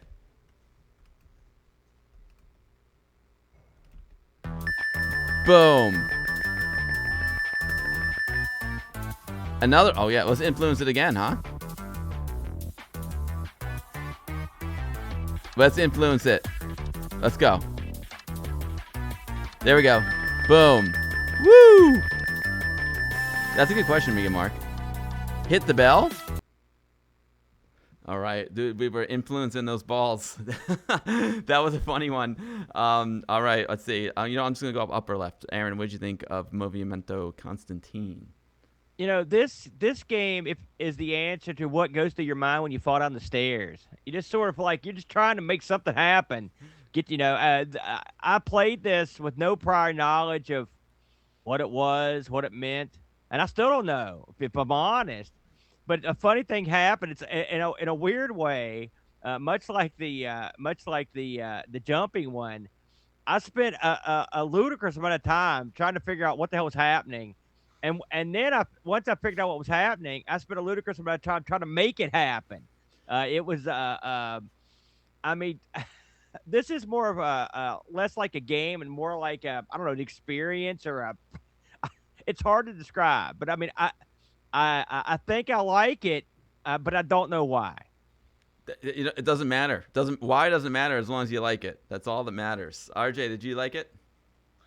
I did, and I too can't exactly say why. It was. It was one of those games where you feel good accomplishing things. And it's not easily describable why it is that you feel so good about it, but you do. I constantly felt like I was making progress, enjoyable progress for myself, and so I'm with Aaron. I just kept going for the longest time. I don't know how long I played this game, but it was just a giggle to keep going forward with it. Fantastic. It reminds me, some games are just abstract. It reminds me of there was a game called Harmony I played once. I think it was on my iPad or something. It was just really cool. It just put you in a cool mental state, and it was just different and abstract. That's the way I see this one. All right, my man, RMC. What do you got for us? RJ likes the way it makes him feel. Aaron likes it, but he doesn't know why. It's a game about touching balls. That's what it comes down to. That's it. You've just got to make those balls touch, and that's that. Is there more depth to it than that, or is that it? You're just sort of nudging the balls, nudging the balls to touch each other. I guess if you do it for long enough, you get into a kind of a flow state. But that's it. It's not much more to it than that. And I would like to see it evolve into a puzzle game like Pillock mentioned, Emotion in the chat, which is a great ball-based game, and I'd like to see this find its hook. So keep working on it. Developed directly on an AGA Amiga, I might add. So extra points for developing directly on the hardware. Oh, that's very interesting, because I know a lot of folks use PC and like modern technology now to develop for Amiga, which is really cool because it lets them get a lot of stuff done quick. But man, that's awesome. It's true old school. He was probably playing a vinyl record when he made it too. I love it. I love the old school. Neil, what did you think? What did you think of Movimiento Constante? I'm going to give it a 3 and an apology for lowering the tone. Oh, it's fun stuff. It's fun stuff, Neil. I appreciate it. RJ, Movimiento. I gave it a 3.7. Excellent. And Aaron. As a game, I give it a 2.5. As a state of mind, I give it a 5. Yeah. 2.5. 2.5 is Aaron's score for Movimiento Constante and Amiga Cammy. What did the Amiga community say about it? 1.9 from the Amiga community. Man, woo, they're tough. It's a tough crowd here. That's by DJ K. Tough crowd. But I do find that we're all tracking each other. I think if you look at the scores, True. we all go up, we all kind of go down together, just to our own degrees. yeah, no, for sure. That makes a lot of sense. We are doing that. That's funny, Neil. All right, we got 2 left. 2 games left, folks. 2 games left in the jam. I'm not sure what they are. Let's see what this one is. Strike Force Omega. Strike Force Omega. Let me cue up the video tape for Strike Force Omega. Man, I don't have any needs. Oh, wait, it says I got 6 needs.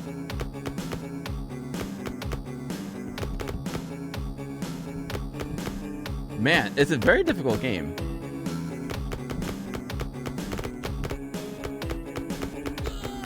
I dig it.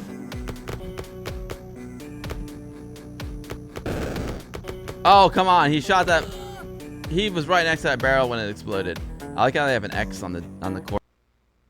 All right.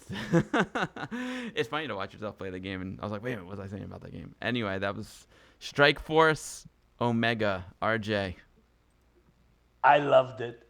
I loved the game. It was just fun to play. It was so wonderfully old school, top down, running around, shooting things up. And not only did I love it, and I really just enjoyed this experience, but it had a magic to it that I didn't realize until I was playing it for a couple of minutes.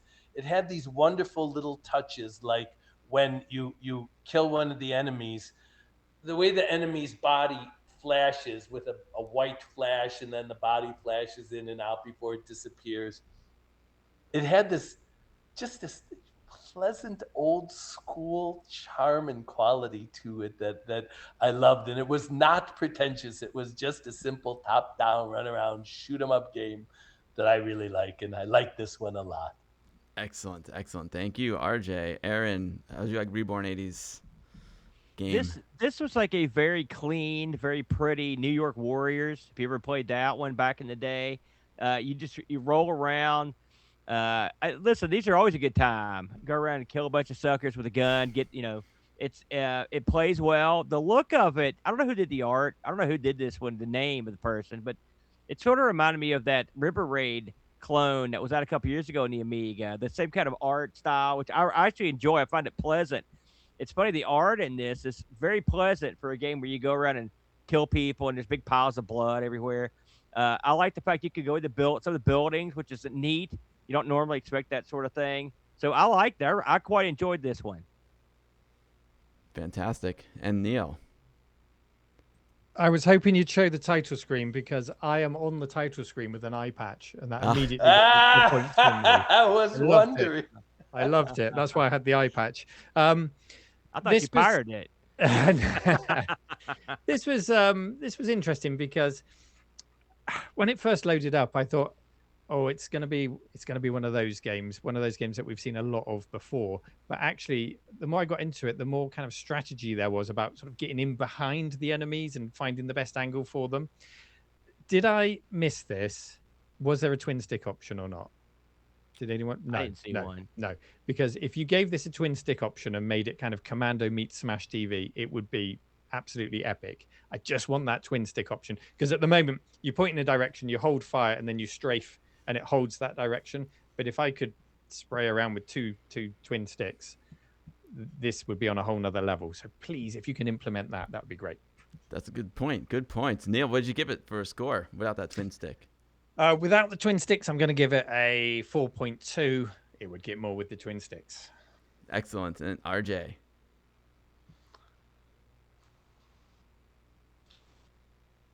Well, okay. Well, I'm going with my original number was 4.2, and I'm going to stick with 4.2. Excellent. 4.2. Solid scores all around for this one. Aaron, solid? I like the fact that this is a real elaborate opening, which is always cool in these games. The art's real nice, and there's something to it. I sort of agree with what Neil said. There is a strategy to it. It's not just mindless. So I went with the big 4 on that one. Ooh, big 4. Very good. Excellent.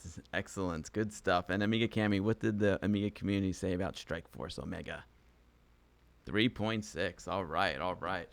Whew. I think so. I think one of my cards stuck. I think one of them stuck together. So there's actually 2 games left, not one. Let's do. I know he's in the chat right now. Since he's in the chat, let's do Blue and Red by Kaiju Wasp. Blue and Red. Let's go. The characters are really neat. Shoot these guys. Now I gotta jump on their heads. Yeah, that's so cool. I love it. And they turn into fruit.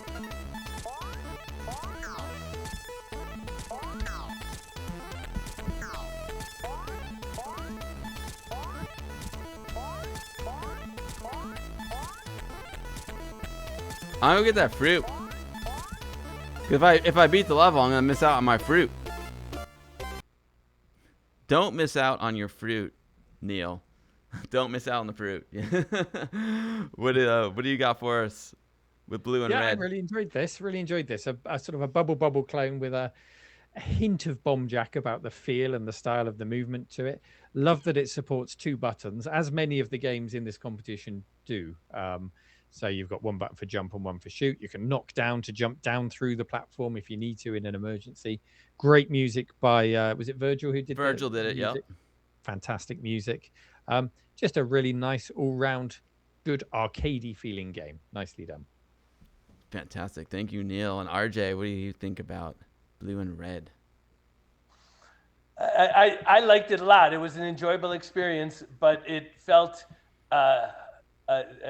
too green for me. It felt like it was going to be a really enjoyable game the more it was developed, but to me it still felt a little too rough around the edges for me to give it a really great score. The platforms, it was hard. The timing felt like, it all needed a little bit of tuning up. Really nice job, very enjoyable experience, but it's like not in the top 3. Got it. Shout out to Critical for the tile and robot graphics too. Oh, Critical's mad skills. You had a good team there, Kaiju Wasp. You had a good team. Aaron, what did you think about it? Yeah, well, I'm notoriously not a fan of the Bubble Bobble games. However, Bubble Bobble, where I've got a proper gun, I turn the corner. Gameplay wise, I thought this was pretty good. Actually, not bad at all. I mean, it's standard single page platformer, but there's fun to be had. I thought the graphics were unusual on this one, but I agree with Neil, and the 2 button support's always nice. That, by the way, going forward, but in 2026, Amiga games should have sound effects and music, and they should also have at least 2 button support. There's no excuse from now on not have it if you need it. And this one had it. So overall, I thought this was a pretty good game. I enjoyed it more than I thought I would when I first booted it up. Fantastic. All right. Well, Aaron, what score did you give it? 3.5. 3.5 for Blue and Red from Aaron. And Neil, how about yourself? Good point from Quantic in the chat. This game did have the best attract mode. Really nice sort of looping attract mode to give it that real arcade game feel to it. It gets a 4.4 from me. Excellent. Ooh, excellent. Very nice. And RJ, 4.3 for me. Wonderful, wonderful. And Amiga Cammy, community score for Blue and Red.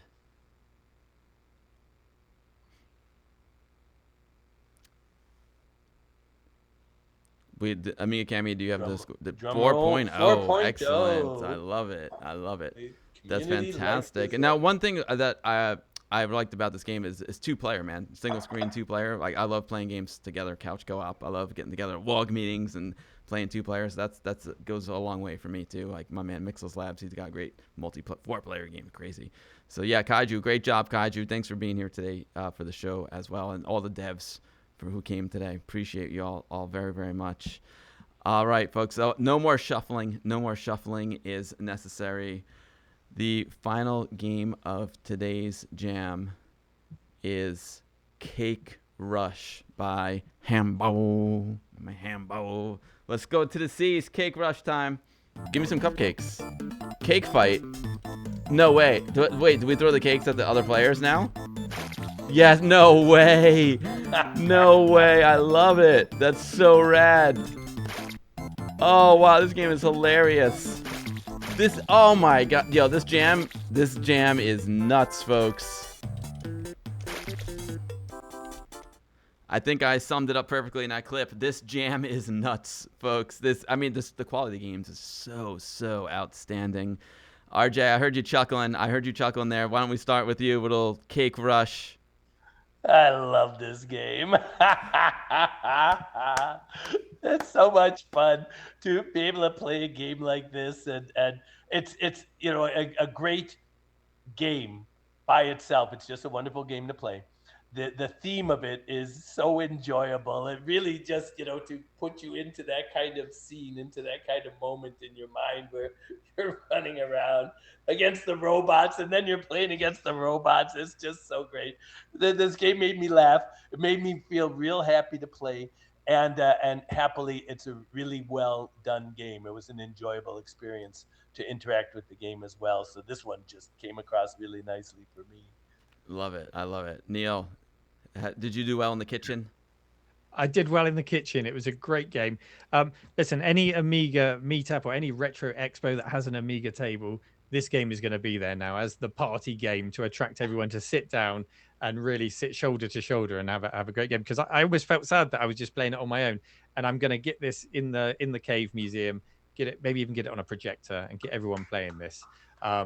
The music, fantastic music by Skyrunner. The art had a hint of Mikey. If you ever played the old arcade game Mikey, I really liked that perspective and that feel of it. And I loved I won't ruin it for people, the twist on the final day. If you get that far in the game, really like that. A great arcade game, ticks all the boxes. Love it. All right, Aaron, did you do well? Yeah, making Mikey's. It's exactly what I was thinking, man. This is sort of like if you had Mikey's graphical flourishes, and then you combine something like Atari's Food Fight with like maybe Blueprint or something, the arcade game. Any way you slice it, this is another game that meets the criteria of the contest of bowling. And then the added bonus of all the multiplayer, that's when you get the real action on this. You get a bunch of people together. You're right. This is going to be one that gets played at all the conventions. I love the old school look of it. I mean, again, they went back to the arcades in the 80s, the early 80s. That's what this looks like. But the gameplay is right there. Just a dandy game. Real clever. I mean, they didn't reinvent the wheel, but they did everything quite lovely. I really enjoyed this one. Thank you, Aaron. I just want to throw in my 2 cents here, too. Just so, in case you guys don't know, but Hambo, the creator of the game, at the end of every stream, we go up to the kitchen, my kitchen here in the house, and my mom is cooking, and she, Sunday night meals are really important here. So we always go check out what Amiga Mom is cooking in the kitchen. And Hambo, he's a big fan of the stream, so he was tuned into that. So he actually made Cake Rush Amiga Mom Edition, in which you play as my mom, which is just incredible. So and he also incorporated myself and Amiga Cammy into it. So there's that was just, but most importantly, he's watching the streams and incorporated my mom into it. So that just means so much to me, and she loves it. She loves the game. She even made a cake for Hambo. She even on the stream made a cake for Hambo in honor of the game. To be fair, that we're not judging the Amiga Mom edition of the game. We're judging, because then it'd be a runaway winner. But no, it is. We're only judging the one that was submitted to the competition. But yeah, big shout out to Hambo. This one means a lot, and yeah, this one's it's gonna mean a lot. It means a lot to me already. And the pixel art he did of Amiga Mom is just awesome, and Amiga Cammy too. Yeah, but note to self: include the mom if you want to win the contest. Oh yeah, exactly. Yeah. All right, let's start with the community score this time around. Amiga Cammy, what did the community say about Cake Rush 4.0? Like a good GPA. I dig it. RJ, Cake Rush. 4.8 for me. Woo! This is a stiff competition. Aaron, Cake Rush. 4.5. I mean, it's right up there. Excellent. And Neil, Cake. I love cake. 5. Woo! I love the frog there, Neil, too. That is just awesome. Amazing stuff. I mean, that's it. I think that's all the games, right? I don't think I missed any. I think I got them all. I just did a little peruse of the website there, ! AmiGameJam in the chat. And I think we got them all. So Amiga Cammy, I guess it's time for you to tally up the scores. Is that correct? All right. So go for it. Go for it, Amiga Cammy. Go do your math and let me know whenever you have the results. Thank you, Hubero. I appreciate that. I just want to give a big shout out to the judges. They did a great job today on the stream. Very great analysis of all the English. Great analysis of all the games. Thank you for taking the time to play all the games and come on the stream today. And most importantly, a big shout out to every single person who submitted to the jam. Like if there were no submissions, there'd be no jam. You gotta put jam in the jar. You know what I'm saying?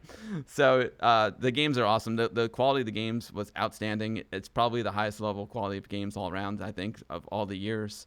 So I'm just absolutely blown away by these games. And like these games are like good enough on their own. Like they're top quality games. I'll be definitely playing. Many of them went long after the jam. RJ, I see you got your hand up there. Yeah, somebody said it in the chat, and I want to second it. I mean, they all get 5 stars. You cannot believe that people put this much effort into this. Well done. I could not agree more. I'm blown away. Yeah, big shout out to Scorpion Engine. A big shout out to the Red Pill Engine. They've enabled so many people to make games who wouldn't be able to make a game because they don't know assembly language. But I have a great idea. I have a great idea. I got a vision, and those engines allow them to bring their vision to the Amiga, which is so cool. I love it. Great stuff. Yeah, MPG, Nivrig, Ghetto Finger Gaming is here. Andy Parader, thank you. Kaju Wasp, Frag Lord, so many great people here. Any overall thoughts, Aaron, Neil, any other RJ, any other thoughts while Cammy's doing math? Thank you so much for inviting us on here, and Cammy for organising it all, and Bill for hosting us. Just fantastic event. It gets better every year. Thank you. Oh, thank you for being part of it. I will say that I ran through all the games for the last couple of years, and this was they get better every year, and I'm not just saying that. The community, the prowess, even of the people that are just starting out is it's shockingly good, I guess would be the best way to put it. I mean, having played so many Amiga games over the years, we're seeing a new golden age. And I don't say that just to be cute. I'm dead serious. Like, these are games that could have been released back in the 90s and 80s, and they'd be legendary today. So, I mean, I feel like we've been given a gift in the Amiga community, and the gift is all the community itself. It's the gift that keeps on giving. So I want to salute everyone that submitted a game this year, and I want to salute all the people that supported the competition. Cammy always does a great job, and I wanted to especially thank you, Bill, as well, for having me in here and getting me involved. It was a lot of fun to go through these. I really enjoyed it. That's well said, Aaron. Well said. And it's all Amiga Cammy. She put the whole thing together. I'm just doing the stream today, but this is all Amiga Cammy's handiwork. She's awesome. And yeah, big shout out to all the sponsors as well. Brew Otaku, Bitmap Soft, Arcade Parts UK, Immortal Joysticks, Pints and Amiga, Glenn's Retro Show, Boing and Beyond. The awesome stuff. Thank you so much. There we go. Ninsai said, thanks everyone for playing Creepy Crawlers. Had a blast in this year's Amiga Game Jam. Great efforts by all the devs. Thanks to the panel, Amiga Bill and Amiga Cammy. Thank you for the game. I love the Creepy Crawlers. It's awesome. Digalicious. Nibbles. Rocks. The rocks. Oh, man. Amiga community is strong. And Aaron, I really agree strongly with what you said. I think this is another golden age of Amiga in some ways, because I was thinking back to like WOG, like 1990, 1991, when things were hitting on all cylinders. Video Toaster was coming out, and man, like I felt like it was never a better time to be an Amiga user. But you know what? I think it's actually a better time to be an Amiga user right now. Like, it's actually better. Because sure, back then it was like, cutting edge. Like, we couldn't wait to see what's coming up next, and all kinds of like amazing things were happening. But the community now, we're all connected through the internet. It's just, we have these amazing Amiga events all over the world, and Amiga to me is all about the community. Like, I love the Amiga, but it's really the community that makes it special for me. And now that we have, the community's never been stronger, in my opinion. We're a tight knit group so many talented people. Everyone's just sharing their passion. I love it. And in my opinion, like if they said you can go back in time to 1990 or stay right here, I'm staying right here. I'm buckling up and I'm staying right here. It's never been a better time to be an Amiga user than right now, in my opinion. So I'm staying. I can't wait. I'm so fired up. I'm so fired up. I can't wait. We got so much more to do. It just gets better every year. Every year, I make new friends. New games come out, and people keep breaking boundaries, doing things I've never imagined seeing before. It's just, oh man, it doesn't stop surprising me. It's just amazing stuff. Yeah, exactly. It's the best drummer. Exactly, the best. It's lovely. The Amiga family. Yeah. Amiga Cammy, you rock. Amiga Cammy, did you do the math? Amiga Cammy, are you still mathing, or did you do the math? She did the math. All right. Now I'm not sure how it's all gonna break down. Amiga Cammy, are you gonna do like first place, second place, third place? I'm not sure who gets what award. Do you want to are you gonna give us like a third place, second place, first place? However you want to do it, Amiga Cammy. It's your jam. Fifth place to first place, whatever you want to do.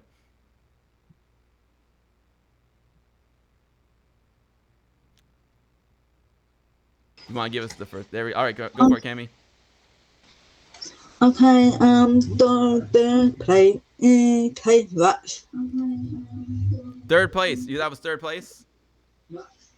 Third place? Was that third place, Cammy? Kate Rush.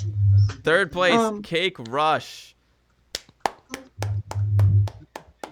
Hambo, my man. Hey, Cammy, what does third place, have you figured out how the awards get spread out yet? What does Hambo win?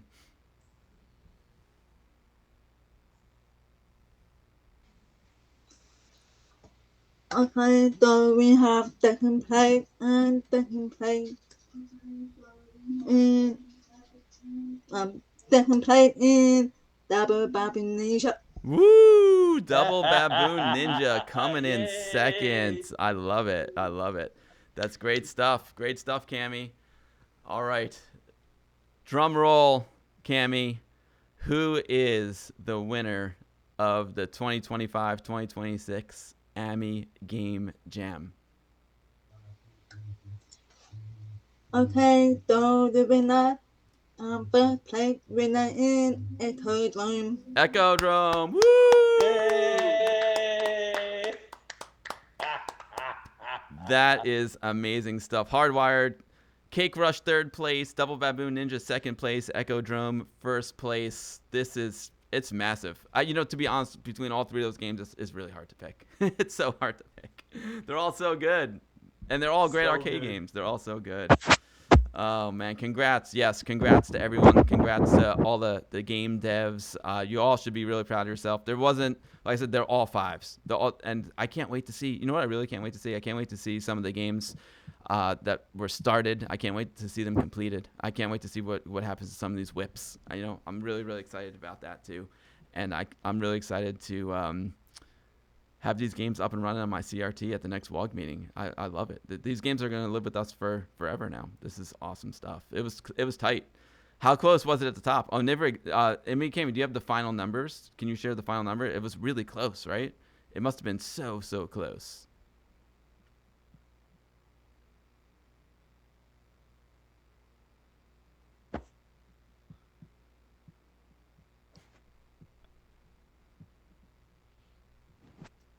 Yeah, it was. Well, I think Cammy will probably share all the scores with me for sure. More box games. How amazing is an OCS game 1? Good point, Amiga Johan. OCS. That's really, really fantastic. Okay, a Wandering Warlock has got some scores. Echodrome is 19.5, Double Baboon is 19.4, and Cake Rush is 18.3. Amazing stuff. Amazing. All right, we did it. Wow, we did it in 2 hours, almost 2 hours exactly. I love it. Great job, team. Great job, judges. Great work. You all are amazing. Amiga Cammy is the best for putting this together. I don't know how she does it. It's hard, but she does a great job. Thank you for bringing the Amiga community together. Amiga Cammy, it's been awesome. And Neil, Aaron, and RJ, thank you so much for your time today on a Sunday, fun day. Appreciate all the time. Do you want me? I'll go through the prizes again. I'll go through the prizes again. We had a last minute submission from Mike A1200. One of the prizes is an Amiga 1200, freshly recapped with a beautiful keyboard. So that was really, really beautiful. So the recapped brand new 1200 with the case and everything from Mike A1200.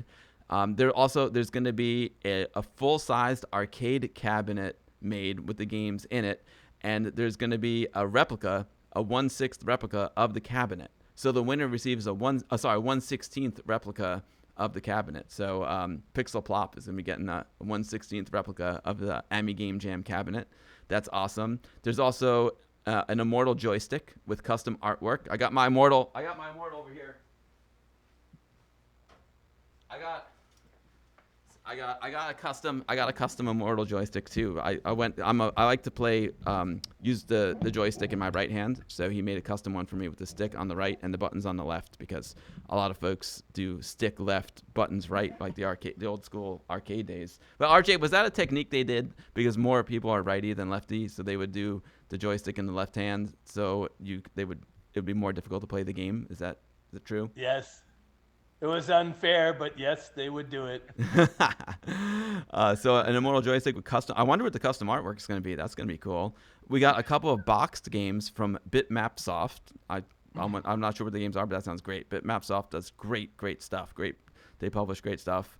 There's an Immortal Joysticks T-shirt as a prize. There's a USB adapter and a 3D printed case. I'm guessing that's the Immortal Joystick USB adapter, so you can take like a 9-pin joystick, just like your old school joysticks, like this one.